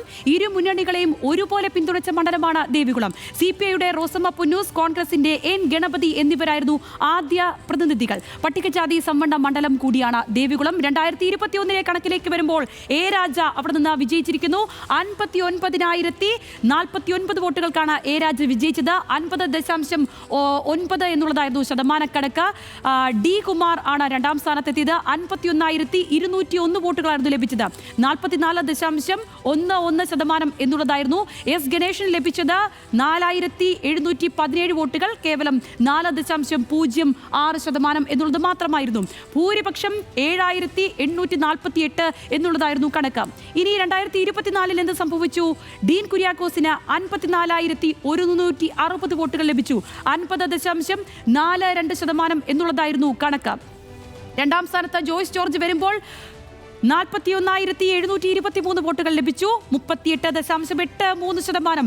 സംഗീത വിശ്വനാഥന് ലഭിച്ചത് 9,205 വോട്ടുകൾ, 8.6% എന്നുള്ളതായിരുന്നു കണക്ക്. ലീഡ് 12,437 എന്നുള്ളതായിരുന്നു കണക്ക്. ഇനി 2025 തദ്ദേശ തെരഞ്ഞെടുപ്പിൽ എങ്ങനെ വിധി എഴുതി? ഗ്രാമപഞ്ചായത്തുകളുടെ 11 എണ്ണമാണ്. LDF അവിടെ 6 എണ്ണത്തിൽ വിധി എഴുതിയിരിക്കുന്നു. UDFന് 5 സ്വന്തമായിരിക്കുന്നു. ദേവികുളത്ത് വരുമ്പോൾ ഏതൊക്കെയാണ് പഞ്ചായത്തുകൾ എന്ന് നോക്കുമ്പോൾ ഇടമലക്കുടി, കാന്തല്ലൂർ, പള്ളിവാസൽ, വട്ടവട, ബൈസൺ വാലി, ചിന്നക്കനാൽ എന്നീ പഞ്ചായത്തുകൾ LDFനൊപ്പമാണ്. അതായത് 6 പഞ്ചായത്തുകൾ. അടിമാലി, മാങ്കുളം, മറയൂർ, മൂന്നാർ, വെള്ളത്തൂവൽ എന്നീ പഞ്ചായത്തുകളാണ് UDFന് ഒപ്പമുള്ളത്. അതായത് വലിയ രീതിയിലുള്ള ഒരു പോരാട്ടം നടന്ന ഒരു ചിത്രം വരുന്നു. പക്ഷേ 7,000-ൽ പരം വോട്ടുകൾ അവിടെ ലഭിച്ചിരിക്കുന്നു. 2021 അതേ കളം തന്നെ ആവർത്തിക്കാനാണോ സാധ്യതകൾ എന്നുള്ള ഒരു ചോദ്യം അവിടെയുണ്ട്. പക്ഷേ സ്ഥാനാർത്ഥി നിർണയം അതിൽ വളരെ പ്രധാനപ്പെട്ട ഒരു ഘടകമാണ്. സുഭാഷ് ഈ പറഞ്ഞു വെച്ചതുപോലെ സ്ഥാനാർത്ഥി നിർണയം അതിൽ വളരെ പ്രധാനപ്പെട്ടതാണ്. 2021 അതേപടി തന്നെ ആവർത്തിക്കാനുള്ള സാധ്യതകൾ അവിടെയുണ്ടോ? ആ രീതിക്ക് തന്നെയാണ് കാര്യങ്ങളെങ്കിൽ അവിടെ ഒരു സേഫ് പ്ലേസ് ആയിട്ട് തന്നെ ദേവികുളം നിലനിൽക്കുമോ? 2021 ഒരു ആവർത്തനം ആകാൻ ഒരു സാധ്യതയുമില്ല. ഇന്നത്തെ വാർത്തകൾ തന്നെ നമുക്കറിയാം. ഇന്ന് CPMന്റെ മുൻ നേതാവായിരുന്ന, പിന്നീട് ഇപ്പോൾ BJPയിൽ എത്തിയിരിക്കുന്ന S രാജേന്ദ്രനെതിരെ MM മണി നടത്തിയ ഒരു പ്രസംഗമാണ് ഇന്ന് വലിയ വിവാദമായിരിക്കുന്നത്. സാധാരണ പോലെ തന്നെ MM മണിയുടെ രാഷ്ട്രീയ എതിരാളിക്കെതിരെയുള്ള ഒരു പ്രയോഗങ്ങളാണ് അതിൽ വലിയ ചർച്ചയായിരിക്കുന്നത്. ഇത്തരത്തിൽ പാർട്ടിയെ വഞ്ചിച്ചു പോയിട്ടുണ്ടെങ്കിൽ എന്ത് ചെയ്യണമെന്നടക്കമുള്ള അദ്ദേഹത്തിൻ്റെ വ്യാഖ്യാനങ്ങളാണത്. അതിന് അദ്ദേഹം അക്കൂട്ടത്തിൽ തന്നെ പറയുന്നുണ്ട്. അതായത് തീർത്ത് കളയണമെന്ന മട്ടിലൊരു ആക്ഷനാണ് അദ്ദേഹം കാണിക്കുന്നത്. അതിൽ തുടർന്നും അദ്ദേഹം പറയുന്നത്, ഞാൻ തന്നെ വഞ്ചിച്ചു പോയാൽ എന്നെ എന്ത് ചെയ്യണം, നിങ്ങളെല്ലാം കൂടി എന്നെ തല്ലിക്കൊല്ലണമെന്നാണ് അദ്ദേഹത്തിൻ്റെ രീതി. അപ്പോൾ ആ തരത്തിൽ S രാജേന്ദ്രനെതിരെ ഇപ്പോൾ CPM അവിടെ വലിയ തോതിലുള്ള ഒരു ക്യാമ്പയിനുമായി രംഗത്തിറങ്ങിയിരിക്കുകയാണ്. S രാജേന്ദ്രൻ CPMൻ്റെ വലിയ നേതാവായിരുന്നു, 3 തവണ MLA ആയിരുന്നു. അങ്ങനെ ഒരാൾ ഇപ്പോൾ BJPയിലേക്ക് എത്തിപ്പെട്ടിരിക്കുകയാണ്. തീർച്ചയായിട്ടും BJPയിലേക്ക് എത്തിപ്പെട്ടിരിക്കുന്നത് ഈ തെരഞ്ഞെടുപ്പിൻ്റെ മുന്നോടിയായി ചെല്ലുന്നത് കൊണ്ട് തന്നെ അദ്ദേഹം NDA സ്ഥാനാർത്ഥിയായി രംഗത്ത് വരാനുള്ള സാധ്യത വളരെ കൂടുതലാണ്. 3 തവണ, അതേപോലെ തന്നെ 3 തവണ MLA, അതേപോലെ തന്നെ CPMൻ്റെ ജില്ലയിലെ ഏറ്റവും പ്രമുഖനായ ഒരു നേതാവാണ് ഇപ്പോൾ കളം മാറി അപ്പുറത്ത് NDAയുടെ ഭാഗത്തെത്തിയിരിക്കുന്നത്. NDAക്ക് കഴിഞ്ഞ തവണ അവിടെ കാര്യമായ വോട്ട് ഒന്നും കിട്ടിയിരുന്നില്ല. ഏതാണ്ട് 5,000-ൽ താഴെ 4,700 മറ്റോ വോട്ടുകൾ മാത്രമേ അവിടെ കിട്ടിയിരുന്നുള്ളൂ. എങ്കിൽ പോലും ഇത്രയും പ്രാധാന്യമുള്ളൊരു നേതാവെന്ന നിലയിൽ രാജേന്ദ്രൻ ഉണ്ടാകുന്ന അവിടുത്തെ ഒരു തീർച്ചയായിട്ടും അവിടെയുള്ള വ്യക്തിബന്ധങ്ങൾ ഒക്കെ അദ്ദേഹം സ്ഥാനാർത്ഥിയാവുകയാണെങ്കിൽ അത് കൂടുതൽ ദോഷം വരുത്തുക തീർച്ചയായിട്ടും LDFന് തന്നെയായിരിക്കും. എന്തായാലും കഴിഞ്ഞ തവണത്തെ പോലെ തന്നെ A രാജ തന്നെയായിരിക്കും അവിടെ വീണ്ടും മത്സരിക്കുക. കഴിഞ്ഞ തവണ രാജയുടെ തെരഞ്ഞെടുപ്പ് പ്രവർത്തനങ്ങൾക്ക് എന്താ പറയുക ഉള്ളിൽ കൂടി അദ്ദേഹത്തിന് പാര വെച്ചു എന്ന് പറഞ്ഞുകൊണ്ടാണ് രാജേന്ദ്രനെതിരെയുള്ള നടപടി CPM സ്വീകരിച്ചുകൊണ്ടിരുന്നത്. പക്ഷേ രാജ വിജയിക്കുകയായിരുന്നു. രാജേന്ദ്രൻ 2016 വളരെ വലിയ അനുകൂലമായ തരംഗമുണ്ടായിരുന്ന കാലത്തുണ്ടായിരുന്നതിനേക്കാൾ കൂടിയ വോട്ടിനാണ് രാജ വിജയിച്ചത്. രാജ വളരെ ചെറുപ്പക്കാരനായ ആളാണ്. അവരുടെ ആ സൊസൈറ്റിക്കിടയിൽ അവരുടെ ഈ ദേവികുളം മേഖലയിൽ വലിയ തോതിൽ ആളുകൾ ഇഷ്ടപ്പെടുന്ന ഒരു നേതാവ് കൂടിയാണ്. അദ്ദേഹത്തിൻ്റെ തെരഞ്ഞെടുപ്പ് സംബന്ധിച്ച തർക്കത്തിൽ സുപ്രീം കോടതി ഇപ്പോൾ അദ്ദേഹത്തിന് അനുകൂലമായ വിധി നൽകിയിരിക്കുകയാണ്. D. കുമാർ എന്ന അദ്ദേഹത്തിൻ്റെ എതിരാളിയാണ്. ഇദ്ദേഹം ക്രൈസ്തവ വിശ്വാസിയാണ് എന്ന മട്ടിൽ SC സംവരണത്തിന് അർഹതയല്ല എന്ന മട്ടിൽ കോടതിയെ സമീപിച്ചതും ഹൈക്കോടതി അദ്ദേഹത്തിൻ്റെ അംഗത്വം റദ്ദാക്കിയതും അത് പക്ഷേ സുപ്രീം കോടതി രാജയ്ക്ക് അനുകൂലമായ നിലപാടിലേക്ക് മാറ്റിക്കഴിഞ്ഞിരിക്കുകയാണ്. ആ തരത്തിൽ ഇപ്പോൾ തീർച്ചയായും രാജ തന്നെയായിരിക്കും അവിടെ LDFൻ്റെ സ്ഥാനാർത്ഥി. അതേപോലെ തന്നെ അവിടെ ഇടതു മുന്നണിക്കകത്ത് മൂന്നാർ ഭാഗങ്ങളിൽ CPI തർക്കം വളരെ രൂക്ഷമാണ്. CPIക്കുള്ളിൽ തന്നെ അടിപിടി ബഹളം വലിയ തോതിൽ നടന്നുകൊണ്ടിരിക്കുന്നു. അതിനിടയിൽ CPMഉം CPIയും തമ്മിലുള്ള ബന്ധവും വളരെ മോശമായിട്ടുണ്ട്. ഒരു തൊഴിലാളി മേഖലയാണ് ഈ പ്രദേശം. അതുകൊണ്ടാണ് ഇടതുപക്ഷ സ്ഥാനാർത്ഥികൾ വിജയിച്ചു വന്നിരുന്നത്. ഈ ഒരു മാറിയ സാഹചര്യത്തിൽ അത് ഏത് തരത്തിൽ വരുമെന്ന കാര്യം വളരെ പ്രധാനപ്പെട്ടതാണ്. അതേപോലെ തന്നെ രാജേന്ദ്രൻ NDAയുടെ സ്ഥാനാർത്ഥിയായി വരിക കൂടി ചെയ്യുകയാണെങ്കിൽ അവിടെ നമുക്ക് പ്രവചിക്കാൻ കഴിയാത്ത തരത്തിലുള്ളൊരു മത്സരത്തിലേക്ക് അത് മാറാനുള്ള സാധ്യതയുണ്ട്. അവിടെ കൃത്യമായ തരത്തിലൊരു സ്ഥാനാർത്ഥി കൂടി ആ പ്രദേശത്തെ അറിയുന്ന ആ പ്രദേശത്തിന് ആപ്റ്റായ ഒരു സ്ഥാനാർത്ഥിയെ UDF നിർത്തുക കൂടി ചെയ്തിട്ടുണ്ടെങ്കിൽ വലിയ തോതിലുള്ളൊരു മത്സരം ദേവികുളത്ത് ഇപ്രാവശ്യം ഉണ്ടാവും എന്ന കാര്യം ഉറപ്പാണ്. ശ്രീ ജോർജ്, ഈ രാജേന്ദ്രനിലൂടെ BJP ലക്ഷ്യമിടുന്നത് ഇടുക്കിയിലേക്ക് കൂടുതലായിട്ട് കടന്നു കയറാൻ ശ്രമിക്കാമെന്നുള്ളത്, അത് പതിയെ പതിയെ വളർത്തിയെടുക്കാമെന്നുള്ള സാധ്യതകൾ കൂടി നോക്കി വെച്ചുകൊണ്ടാണല്ലോ BJP ഇത്തരമൊരു സ്ട്രാറ്റജി വർക്കൗട്ട് ചെയ്തത്. ഈ രാജേന്ദ്രൻ മത്സരരംഗത്തേക്ക് കൂടി വരികയാണെങ്കിൽ ഇപ്പോൾ ഈ നിരീക്ഷിച്ചതുപോലെ തന്നെയുള്ള കാര്യങ്ങൾ തന്നെയായിരിക്കുമോ ദേവികുളത്ത് സംഭവിക്കുക? മാത്രമല്ല അത് UDFന് കൂടുതൽ അനുകൂലമാകാനുള്ള സാധ്യതകൾ എത്രത്തോളം ഉണ്ടെന്നാണ് താങ്കൾക്ക് തോന്നുന്നത്?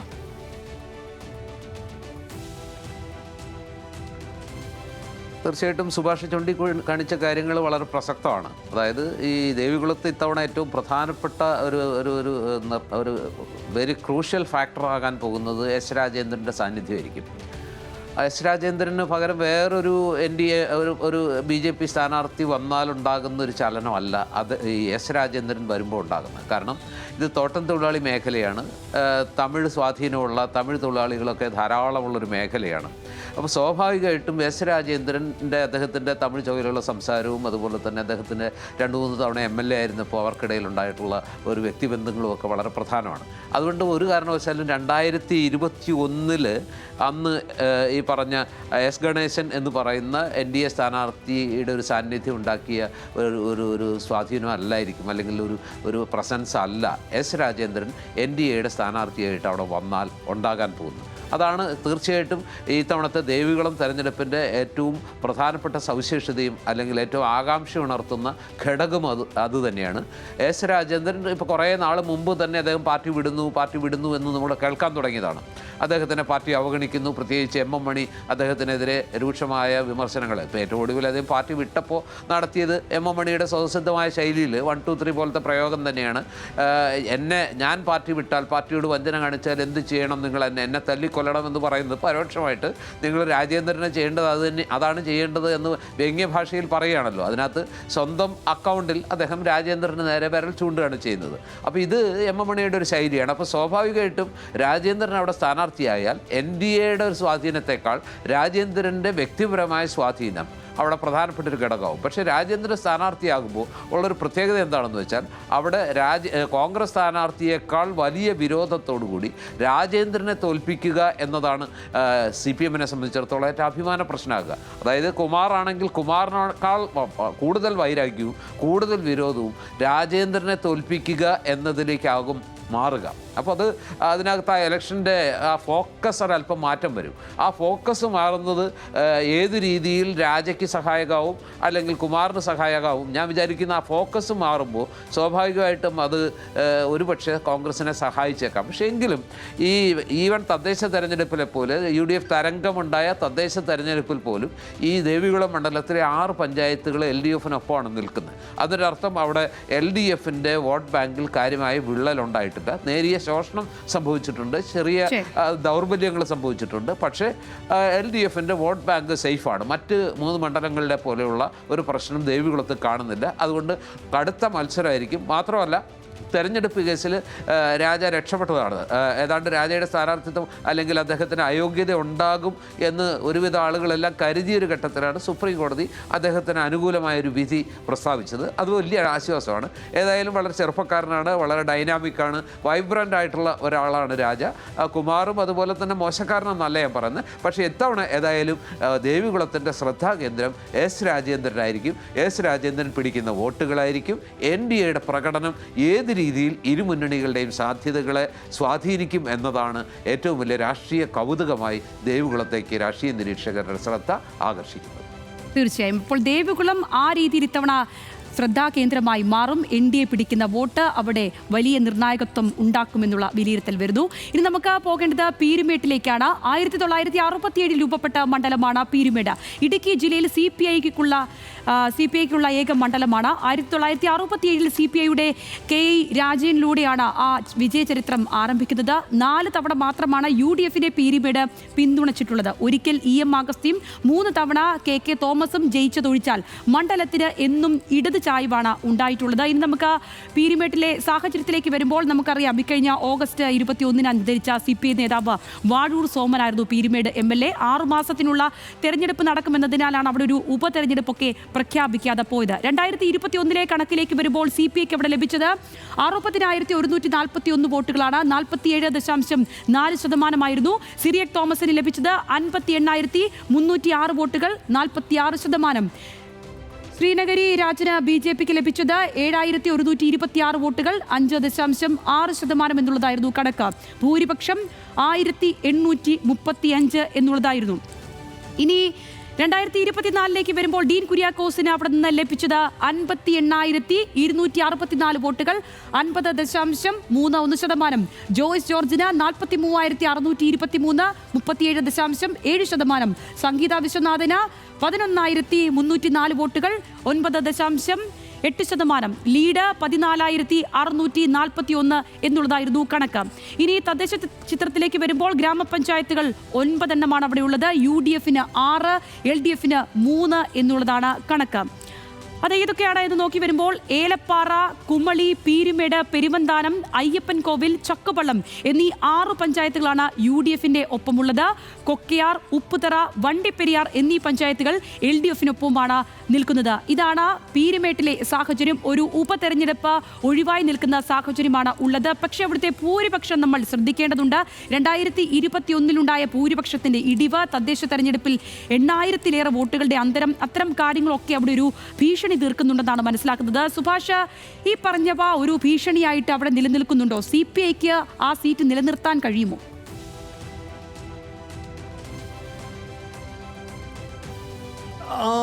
നമുക്ക് ഏതെങ്കിലും തരത്തിലുള്ള ഉറപ്പ് പറയാൻ കഴിയാത്തൊരു മണ്ഡലമാണ്. കടുത്ത മത്സരം നടക്കുന്ന ഇടുക്കിയിലെ ഏറ്റവും പ്രധാനപ്പെട്ട മണ്ഡലം ഏതാണ് ഇപ്രാവശ്യത്തെ എന്ന് ചോദിച്ചാൽ അത് ഈ മണ്ഡലം പീരുമേട് തന്നെ ആകാനാണ് സാധ്യത. കഴിഞ്ഞ തവണ വാഴൂർ സോമൻ വിജയിച്ചത് 1,835 വോട്ടുകൾക്കാണ്. 2016 അതിനു മുമ്പ് ബിജിമോൾ വിജയിച്ചത് 314 വോട്ടുകൾക്ക് മാത്രമാണ്. അതേപോലെ തന്നെ ഇത്തവണ ലോക്സഭയിലേക്ക് 14,000 വോട്ടിൻ്റെ ഭൂരിപക്ഷമുണ്ട്. 9-ൽ 6 പഞ്ചായത്തുകളും UDFിൻ്റേതാണ്. കണക്കുകളിൽ വളരെ അനുകൂലമായ തരത്തിൽ UDFിൻ്റെ ഒപ്പം നിൽക്കുന്ന ഒരു സാഹചര്യമാണുള്ളത്. പക്ഷേ നമ്മൾ പറഞ്ഞല്ലോ, ഈ തദ്ദേശ ഭരണ തെരഞ്ഞെടുപ്പും അതേപോലെ തന്നെ ലോക്സഭാ തെരഞ്ഞെടുപ്പും നിയമസഭാ തെരഞ്ഞെടുപ്പും വ്യത്യസ്ത രീതികളിലുള്ള മത്സരങ്ങളൊക്കെ ആകാം എന്നുള്ളത് കൊണ്ടായിരിക്കാം ഇവിടെ ES ബിജിമോൾ 3 തവണ അടുപ്പിച്ച് വിജയിച്ചതിന് ശേഷമാണ് വാഴൂർ സോമൻ ഒരു തവണ മത്സരിച്ചത്. ചെറിയ ഭൂരിപക്ഷത്തിനാണെങ്കിലും വാഴൂർ സോമൻ്റെ വിജയം 2021 വിജയം തന്നെ വലിയ തോതിൽ സംശയ ദൃഷ്ടിയിൽ ഉള്ള ഒരു അവസ്ഥയിലായിരുന്നു. LDFിൽ അത് വലിയ പ്രശ്നങ്ങളുണ്ടാക്കിയിരുന്നു. CPI വേണ്ട രീതിയിൽ അല്ലെങ്കിൽ CPIയെ കൊണ്ട് കഴിയാത്ത ഒരു തരത്തിലേക്കാണ് പ്രചരണം എന്ന് കണ്ട് ഒരു ഘട്ടം കഴിഞ്ഞപ്പോഴേക്കും CPM അതിൻ്റെ പ്രചരണത്തിൻ്റെ ചുമതല ഏറ്റെടുത്തുകൊണ്ടൊക്കെ നടത്തിയ പരിശ്രമങ്ങളുടെ ഒടുവിലാണ് ഈ ഒരു വോട്ടിനെങ്കിലും അവിടെ വിജയിച്ചത്. അവിടെ ഇടതുമുന്നണിയിലെ കാര്യങ്ങൾ ഒട്ടും ആശാസ്യമല്ല എന്നുള്ളതാണ് ഏറ്റവും പ്രധാനപ്പെട്ട കാര്യം. ബിജിമോള് MLA ആയിരിക്കുന്ന സമയത്ത് തന്നെ അവിടെ പാർട്ടിക്കുള്ളിൽ വലിയ പ്രശ്നങ്ങളായിരുന്നു. ആരോപണ പ്രത്യാരോപണങ്ങൾ വലിയ തോതിലുണ്ടായിട്ടുണ്ട്. അവിടെ CPIയുടെ മുൻ ജില്ലാ സെക്രട്ടറി ശിവരാമൻ അദ്ദേഹം ഈ ഏർപ്പാട് നിർത്തുന്നു എന്ന് പറഞ്ഞ് ഇപ്പോൾ രാഷ്ട്രീയം അവസാനിപ്പിക്കുന്ന തരത്തിലേക്ക് മാറിപ്പോയിട്ടുണ്ട്. അത്രയും രൂക്ഷമായ വടംവലികൾ, തർക്കങ്ങൾ, പ്രശ്നങ്ങളാണ് CPIയിലുള്ളത്. അതേപോലെ തന്നെ CPIയും CPMും തമ്മിലും അത്ര സുഖകരമായ ബന്ധമല്ല ഉള്ളത്. പീരുമേട് മണ്ഡലത്തിൽ തദ്ദേശ സ്ഥാപനങ്ങളിലേക്കുള്ള തെരഞ്ഞെടുപ്പിൽ സ്ഥാനാർത്ഥികളെ നിർണ്ണയിക്കുന്നതുമായി ബന്ധപ്പെട്ട് CPIയിലുണ്ടായ തർക്കത്തെ തുടർന്ന് CPIയിൽ നിന്ന് കുറേ പേർ രാജിവെച്ച് പോയപ്പോൾ അവരെ സ്വീകരിക്കാൻ മന്ത്രി വാസവൻ വരെ എത്തി അവരെ സ്വീകരിക്കുന്ന ഒരു രീതിയിലേക്ക് കൊണ്ടുപോയി. അത് CPIക്കാർ വലിയ പ്രശ്നങ്ങളുണ്ടാക്കുകയും MV ഗോവിന്ദിൻ്റെ അടുത്ത് വരെ പരാതികൾ പറയുകയൊക്കെ ചെയ്തു. ഈ തരത്തിൽ CPIയും CPMും തമ്മിലും തർക്കം നിൽക്കുകയാണ്. CPIക്കുള്ളിലും വലിയ തോതിലുള്ള അരക്ഷിതാവസ്ഥയുണ്ട്. ഒരു ഒറ്റക്കെട്ടായി അവിടെ ഏതെങ്കിലും തരത്തിൽ ഇലക്ഷനെ നേരിടാനുള്ള ഒരു സംവിധാനം ഇപ്പോഴത്തെ അവസ്ഥയിൽ അവിടെ ഇല്ല. എങ്കിൽ പോലും ഇനിയൊരു ഇലക്ഷനുള്ള സമയം വരുന്നുണ്ട്. അത് പാച്ചപ്പ് ചെയ്യാനുള്ള പരിശ്രമങ്ങൾ തീർച്ചയായും ഇടതുമുന്നണി നടത്തുമായിരിക്കും. എങ്കിൽ പോലും വലിയ തോതിലുള്ള ഒരു ടൈറ്റ് ഫൈറ്റ് നടക്കുന്ന ഒരു മണ്ഡലമായി ഇത്തവണ പീരുമേട് മാറുമെന്ന കാര്യം ഉറപ്പാണ്. അവിടെ തോട്ടം തൊഴിലാളികളാണ് കൂടുതലായിട്ടുള്ളത്. അതുകൊണ്ട് തന്നെയാണ് ഈ ഇടതുപക്ഷ പ്രസ്ഥാനങ്ങൾക്ക് കൂടുതൽ സ്വാധീനമുള്ളത്. അത് പക്ഷേ ഫലപ്രദമായി ഉപയോഗിക്കണമെങ്കിൽ വലിയ തോതിലുള്ള ഇടപെടലുകൾ CPIയുടെയും CPMിൻ്റെയും നേതൃത്വത്തിൽ നിന്ന് ഇത്തവണ ഉണ്ടായെങ്കിൽ മാത്രമേ അവിടെ ഏതെങ്കിലും തരത്തിൽ വിജയിച്ചു വരാനുള്ളൊരു സാധ്യതയുള്ളൂ. ശ്രീ ജോർജ്, അതായത് മികച്ച സ്ഥാനാർത്ഥിയെ നിർത്തിയാൽ കൃത്യമായിട്ട് പീരുമേട് ഇങ്ങ് പിടിക്കാം എന്നുള്ള തരത്തിൽ UDFന് കാര്യങ്ങൾ നീക്കാമല്ലേ? തീർച്ചയായിട്ടും പീരുമേടിൻ്റെ കാര്യത്തിൽ വല്ലാത്ത ഒരു എന്താ പറയുക സംശയമുണ്ട്. അതായത് സമീപകാലത്ത് പീരുമേടിൻ്റെ രാഷ്ട്രീയ ചിത്രം പരിശോധിക്കുമ്പോൾ എന്നും വളരെ എന്താ പറയുക വെരി ടൈറ്റ് ഫൈറ്റ് നടക്കുന്നൊരു സ്ഥലമാണ്. നെക്ക് ആൻഡ് നെക്ക് പോരാട്ടം എന്നൊക്കെ നമ്മൾ പറയുമല്ലോ. ആ ഇഞ്ചോടിഞ്ച് പോരാട്ടം നടക്കുന്ന ഒരു മണ്ഡലമാണ്. അപ്പോൾ അവിടെ ഈ പറഞ്ഞ പോലെ ഇത്തവണത്തെ സാഹചര്യത്തിൽ സുഭാഷ് ചൂണ്ടിക്കാണിച്ച രണ്ട് പാർട്ടികളുടെ CPIക്ക് അകത്തുള്ള ആഭ്യന്തര പ്രശ്നങ്ങൾ, CPIയും CPMും തമ്മിലുള്ള വലിയ ചേരിപ്പോര്, അല്ലെങ്കിൽ അവർ തമ്മിലുള്ള പരസ്യമായിട്ടുള്ള വെല്ലുവിളികളും അതുപോലെ തന്നെ തെരുവിലേക്ക് എത്തുന്ന രീതിയിലുള്ള വിഷയങ്ങൾ, അതിൻ്റെ പേരിലുള്ള കൂറുമാറ്റങ്ങൾ, CPIയിൽ നിന്ന് ധാരാളം പേര് CPMിലേക്ക് പോകുന്നു. അങ്ങനെ ഒരുപാട് പ്രശ്നങ്ങൾ അവർക്കിടയിലുള്ളതെല്ലാം ഇത്രയും നേരിയ മാർജിനിൽ, അല്ലെങ്കിൽ വളരെ നെഗ്ലിജിബിൾ ആയിട്ടുള്ളൊരു മാർജിനിലാണ് ആ മണ്ഡലത്തിൽ LDF വിജയിച്ചുകൊണ്ടിരിക്കുന്നത്. അപ്പോൾ ആ ഒരു സാഹചര്യത്തിൽ ഒറ്റക്കെട്ടായിട്ട് ഒരേ മനസ്സോടെ ഈ പറഞ്ഞ ഇന്നർ ഫൈറ്റുകളെല്ലാം മാറ്റിവെച്ചിട്ട് പാർട്ടിക്ക് അകത്തുള്ള ഫൈറ്റുകളും പാർട്ടി ഘടകകക്ഷികൾക്കിടയിലുള്ള ആ ഒരു പടലപിണക്കങ്ങളുമൊക്കെ മാറ്റിവെച്ച് ജയിക്കണം, അതിനുവേണ്ടി ഒറ്റക്കെട്ടായി നിൽക്കും എന്നുള്ളൊരു മനസ്സോടുകൂടി നിന്നാൽ മാത്രമേ ഇത്തവണ പീരുമേട് സത്യം പറഞ്ഞാൽ LDFന് സാധ്യതയുള്ളൂ. അതല്ലെങ്കിൽ തീർച്ചയായിട്ടും ഇത്തവണ കണക്കുകൾ സംസാരിക്കുമ്പോൾ ലോക്സഭാ തെരഞ്ഞെടുപ്പും അതുപോലെ തന്നെ തദ്ദേശ ഭരണ തെരഞ്ഞെടുപ്പിലേക്ക് ഫലം പരിശോധിക്കുമ്പോൾ അവിടെ UDFന് കുറച്ച് കൂടുതൽ സാധ്യതയുണ്ട്. പക്ഷേ എല്ലാവരും ചോദിക്കുന്നൊരു ചോദ്യം, വാഴൂർ സോമൻ എന്ന് പറയുന്ന പ്രിയപ്പെട്ടൊരു നേതാവായിരുന്നു, അവിടെ എല്ലാവർക്കും സ്വീകാര്യനായിരുന്ന നേതാവായിരുന്നു. പക്ഷേ ഇനിയിപ്പോൾ വാഴൂർ സോമൻ്റെ അഭാവത്തിൽ അദ്ദേഹം ഇവിടെ പറഞ്ഞു, അപ്രതീക്ഷിതമായിട്ടുള്ള വേർപാടായിരുന്നു. അദ്ദേഹത്തിന് പകരം ES ബിജിമോൾ വീണ്ടും ഈ പീരുമേട്ടിലേക്ക് വരുമോ? ബിജിമോളെ വീണ്ടും പീരുമേട്ടിൽ സ്ഥാനാർത്ഥിയാക്കാൻ CPI സമ്മതിക്കുമോ? CPI അങ്ങനെ ആലോചിച്ചാൽ ബിജിമോളെ അംഗീകരിക്കാൻ CPM തയ്യാറാകുമോ? പീരുമേടിൻ്റെ കാര്യത്തിൽ അത് വളരെ പ്രധാനപ്പെട്ട ഒരു ചോദ്യമാണ്. ബിജിമോൾ സ്ഥാനാർത്ഥിയായാൽ ഒരുപക്ഷെ കഴിഞ്ഞകാല ബന്ധങ്ങളൊക്കെ ഉപയോഗിച്ച് വളരെ, അതായത് ഗ്രാസ് റൂട്ട് ലെവലിൽ ബിജിമോൾക്ക് വലിയ ബന്ധങ്ങളുണ്ട്. അതുകൊണ്ട് തന്നെ ബിജിമോളുടെ വ്യക്തിബന്ധങ്ങൾ, അതുപോലെ തന്നെ ആ പ്രദേശത്തെ ജനങ്ങളുമായിട്ടുള്ള ഒരു ആത്മബന്ധം, അവരുടെ കാലഘട്ടത്തിൽ അവർ കൊണ്ടുവന്ന വികസന പ്രവർത്തനങ്ങൾ, സാധാരണ മനുഷ്യരാണ് അവിടെ കൂടുതലും, തോട്ടം തൊഴിലാളികൾ. അതുകൊണ്ട് ബിജിമോൾ പണ്ട് ചെയ്ത ഒരുപാട് കാര്യങ്ങൾ അവരുടെ മനസ്സിൽ ഒരു പക്ഷേ ഉണ്ടാകാം. ഒരുപാട് വികസന കാര്യങ്ങൾ, കുടിവെള്ളം അടക്കമുള്ള റോഡ്, ഇങ്ങനെ ഒരുപാട് കാര്യങ്ങൾ ബിജിമോൾ അവിടെ ചെയ്തിട്ടുണ്ട് എന്നാണ് ബിജിമോൾ പറയുന്നത്. അങ്ങനെ വന്നാൽ ഒരുപക്ഷെ അവിടുത്തെ സാധാരണ മനുഷ്യർക്ക് നന്ദി കൂടും. അതുകൊണ്ട് തന്നെ ബിജിമോളാണ് അവിടെ മത്സരിക്കുന്നതെങ്കിൽ കുറച്ചുകൂടി CPIക്ക് ആത്മവിശ്വാസം കിട്ടും. പക്ഷേ കോൺഗ്രസ് ഏറ്റവും ശുഭപ്രതീക്ഷയോടെ തന്നെയാണ് ഇക്കുറി പീരുമേടിനെ നോക്കുന്നത്. ഇത്തവണ കിട്ടിയില്ലെങ്കിൽ പീരുമേട് ഇനി ഇല്ല എന്ന മട്ടിൽ ഒരു ജീവൻ മരണ എന്താ പറയുക, അങ്ങേയറ്റം ഒരു ക്രൂഷ്യൽ ഫൈറ്റിനാണ് കോൺഗ്രസ് ഒരുങ്ങുന്നത്. ഇടുക്കിയിലെ 5 സീറ്റുകളും വിജയിക്കുക എന്നുള്ളതാണ് ലക്ഷ്യം. അതുകൊണ്ട് തന്നെ പീരുമേടിൻ്റെ കാര്യത്തിൽ ഇത്തവണ കോൺഗ്രസ്സിന് സംശയമേ ഇല്ല, തീർച്ചയായിട്ടും ജയിച്ചിരിക്കും, ജയിച്ചേ പറ്റൂ എന്നുള്ള രീതിയിൽ അത്രയും ഇപ്പോഴില്ലെങ്കിൽ ഒരിക്കലുമില്ല എന്നൊരു മട്ടിലാണ് കോൺഗ്രസ് പീരുമേടിനെ കാണുന്നത്. അതുകൊണ്ട് തന്നെ അവിടെ വലിയൊരു ജീവൻ മരണ പോരാട്ടത്തിൻ്റെ വേദിയായിരിക്കും പക്ഷേ ഇപ്പോഴത്തെ ഇടുക്കിയിലെ മൊത്തം ചിത്രത്തിലും ഈ പറയുന്ന ഒരു ജീവൻ മരണ പോരാട്ടം ഉണ്ടാകുമല്ലോ. സുഭാഷിലേക്ക് ഞാനൊരു മൊത്തം ചിത്രത്തിന്റെ ഒരു അവലോകനത്തിലേക്ക് വരികയാണെങ്കിൽ, ഈ ഇടുക്കി മൊത്തത്തിലൊന്ന് അവലോകനപ്പെടുത്തുകയാണെങ്കിൽ, നമ്മൾ പലപ്പോഴും UDF മനസ്സാണ് ഇടുക്കിക്ക് എന്ന് പറയുമ്പോഴും പല പല സമരങ്ങൾ നടന്നിട്ടുള്ള തോട്ടം മേഖലയുടെ അടക്കം മറ്റൊരു ഇടത് ചിത്രവുമുണ്ട്. അങ്ങനെ പ്രത്യേകിച്ച് നമുക്ക് ആർക്കുമായി വിഭജിച്ചു കൊടുക്കാനൊന്നും പറ്റില്ല. പക്ഷേ ഈ UDF തരംഗമുണ്ട് എന്ന് പറയുന്ന സമയത്ത് എത്ര സീറ്റുകൾ വരെ കിട്ടിയേക്കാം എന്നുള്ളതാണ് താങ്കളുടെ അനുമാനം?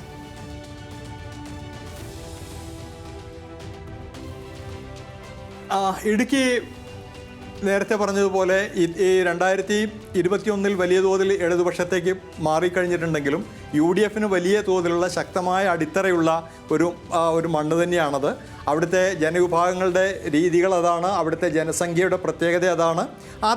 ആ രീതിയിൽ വലിയ തോതിൽ ഒരു UDFന് സാധ്യതയുള്ള മണ്ണ് തന്നെയാണ്.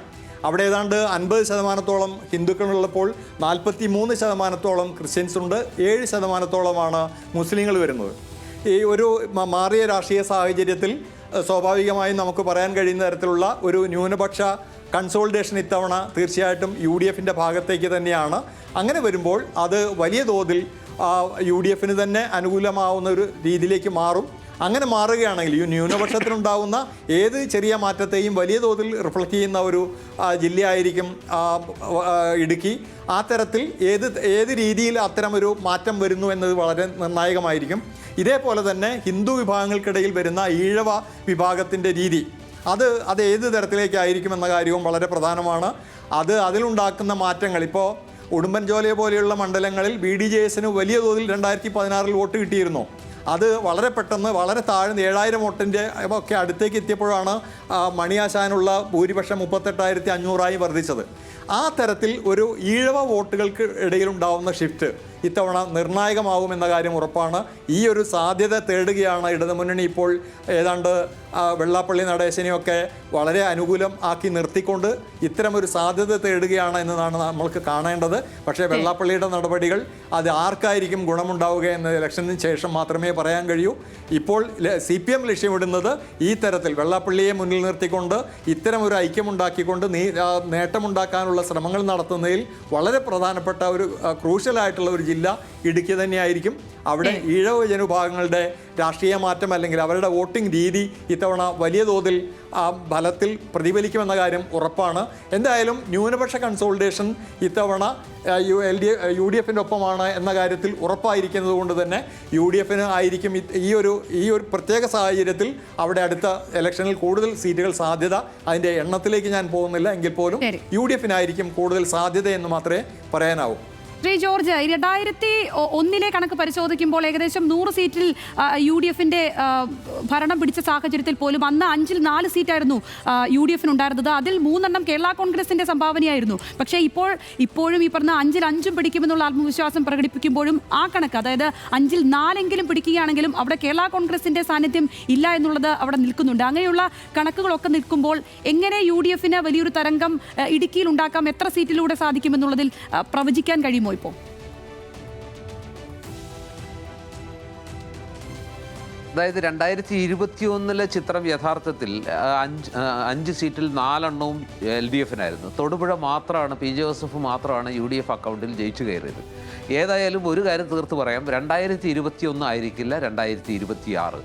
ഒരു ക്ലീൻ സ്വീപ്പ് UDFന് സാധ്യമാകുമോ എന്ന കാര്യത്തിൽ നമുക്ക് ഉറപ്പിച്ച് പറയാൻ പറ്റില്ല. പ്രത്യേകിച്ചും ഉടുമ്പൻചോലയിലെ MM മണി മത്സരിക്കുകയും അതുപോലെ തന്നെ ഈ നേരത്തെ പറഞ്ഞ ദേവികുളത്തിൻ്റെ കാര്യത്തിൽ ബാക്കിയുള്ള മണ്ഡലങ്ങളിൽ ഒരുപക്ഷെ ഈ വ്യക്തിപ്രാഭവം കൊണ്ട് മാത്രം റോഷി അഗസ്റ്റിന് ഇടുക്കിയിൽ രക്ഷപ്പെട്ടു പോരാൻ പറ്റുമോ?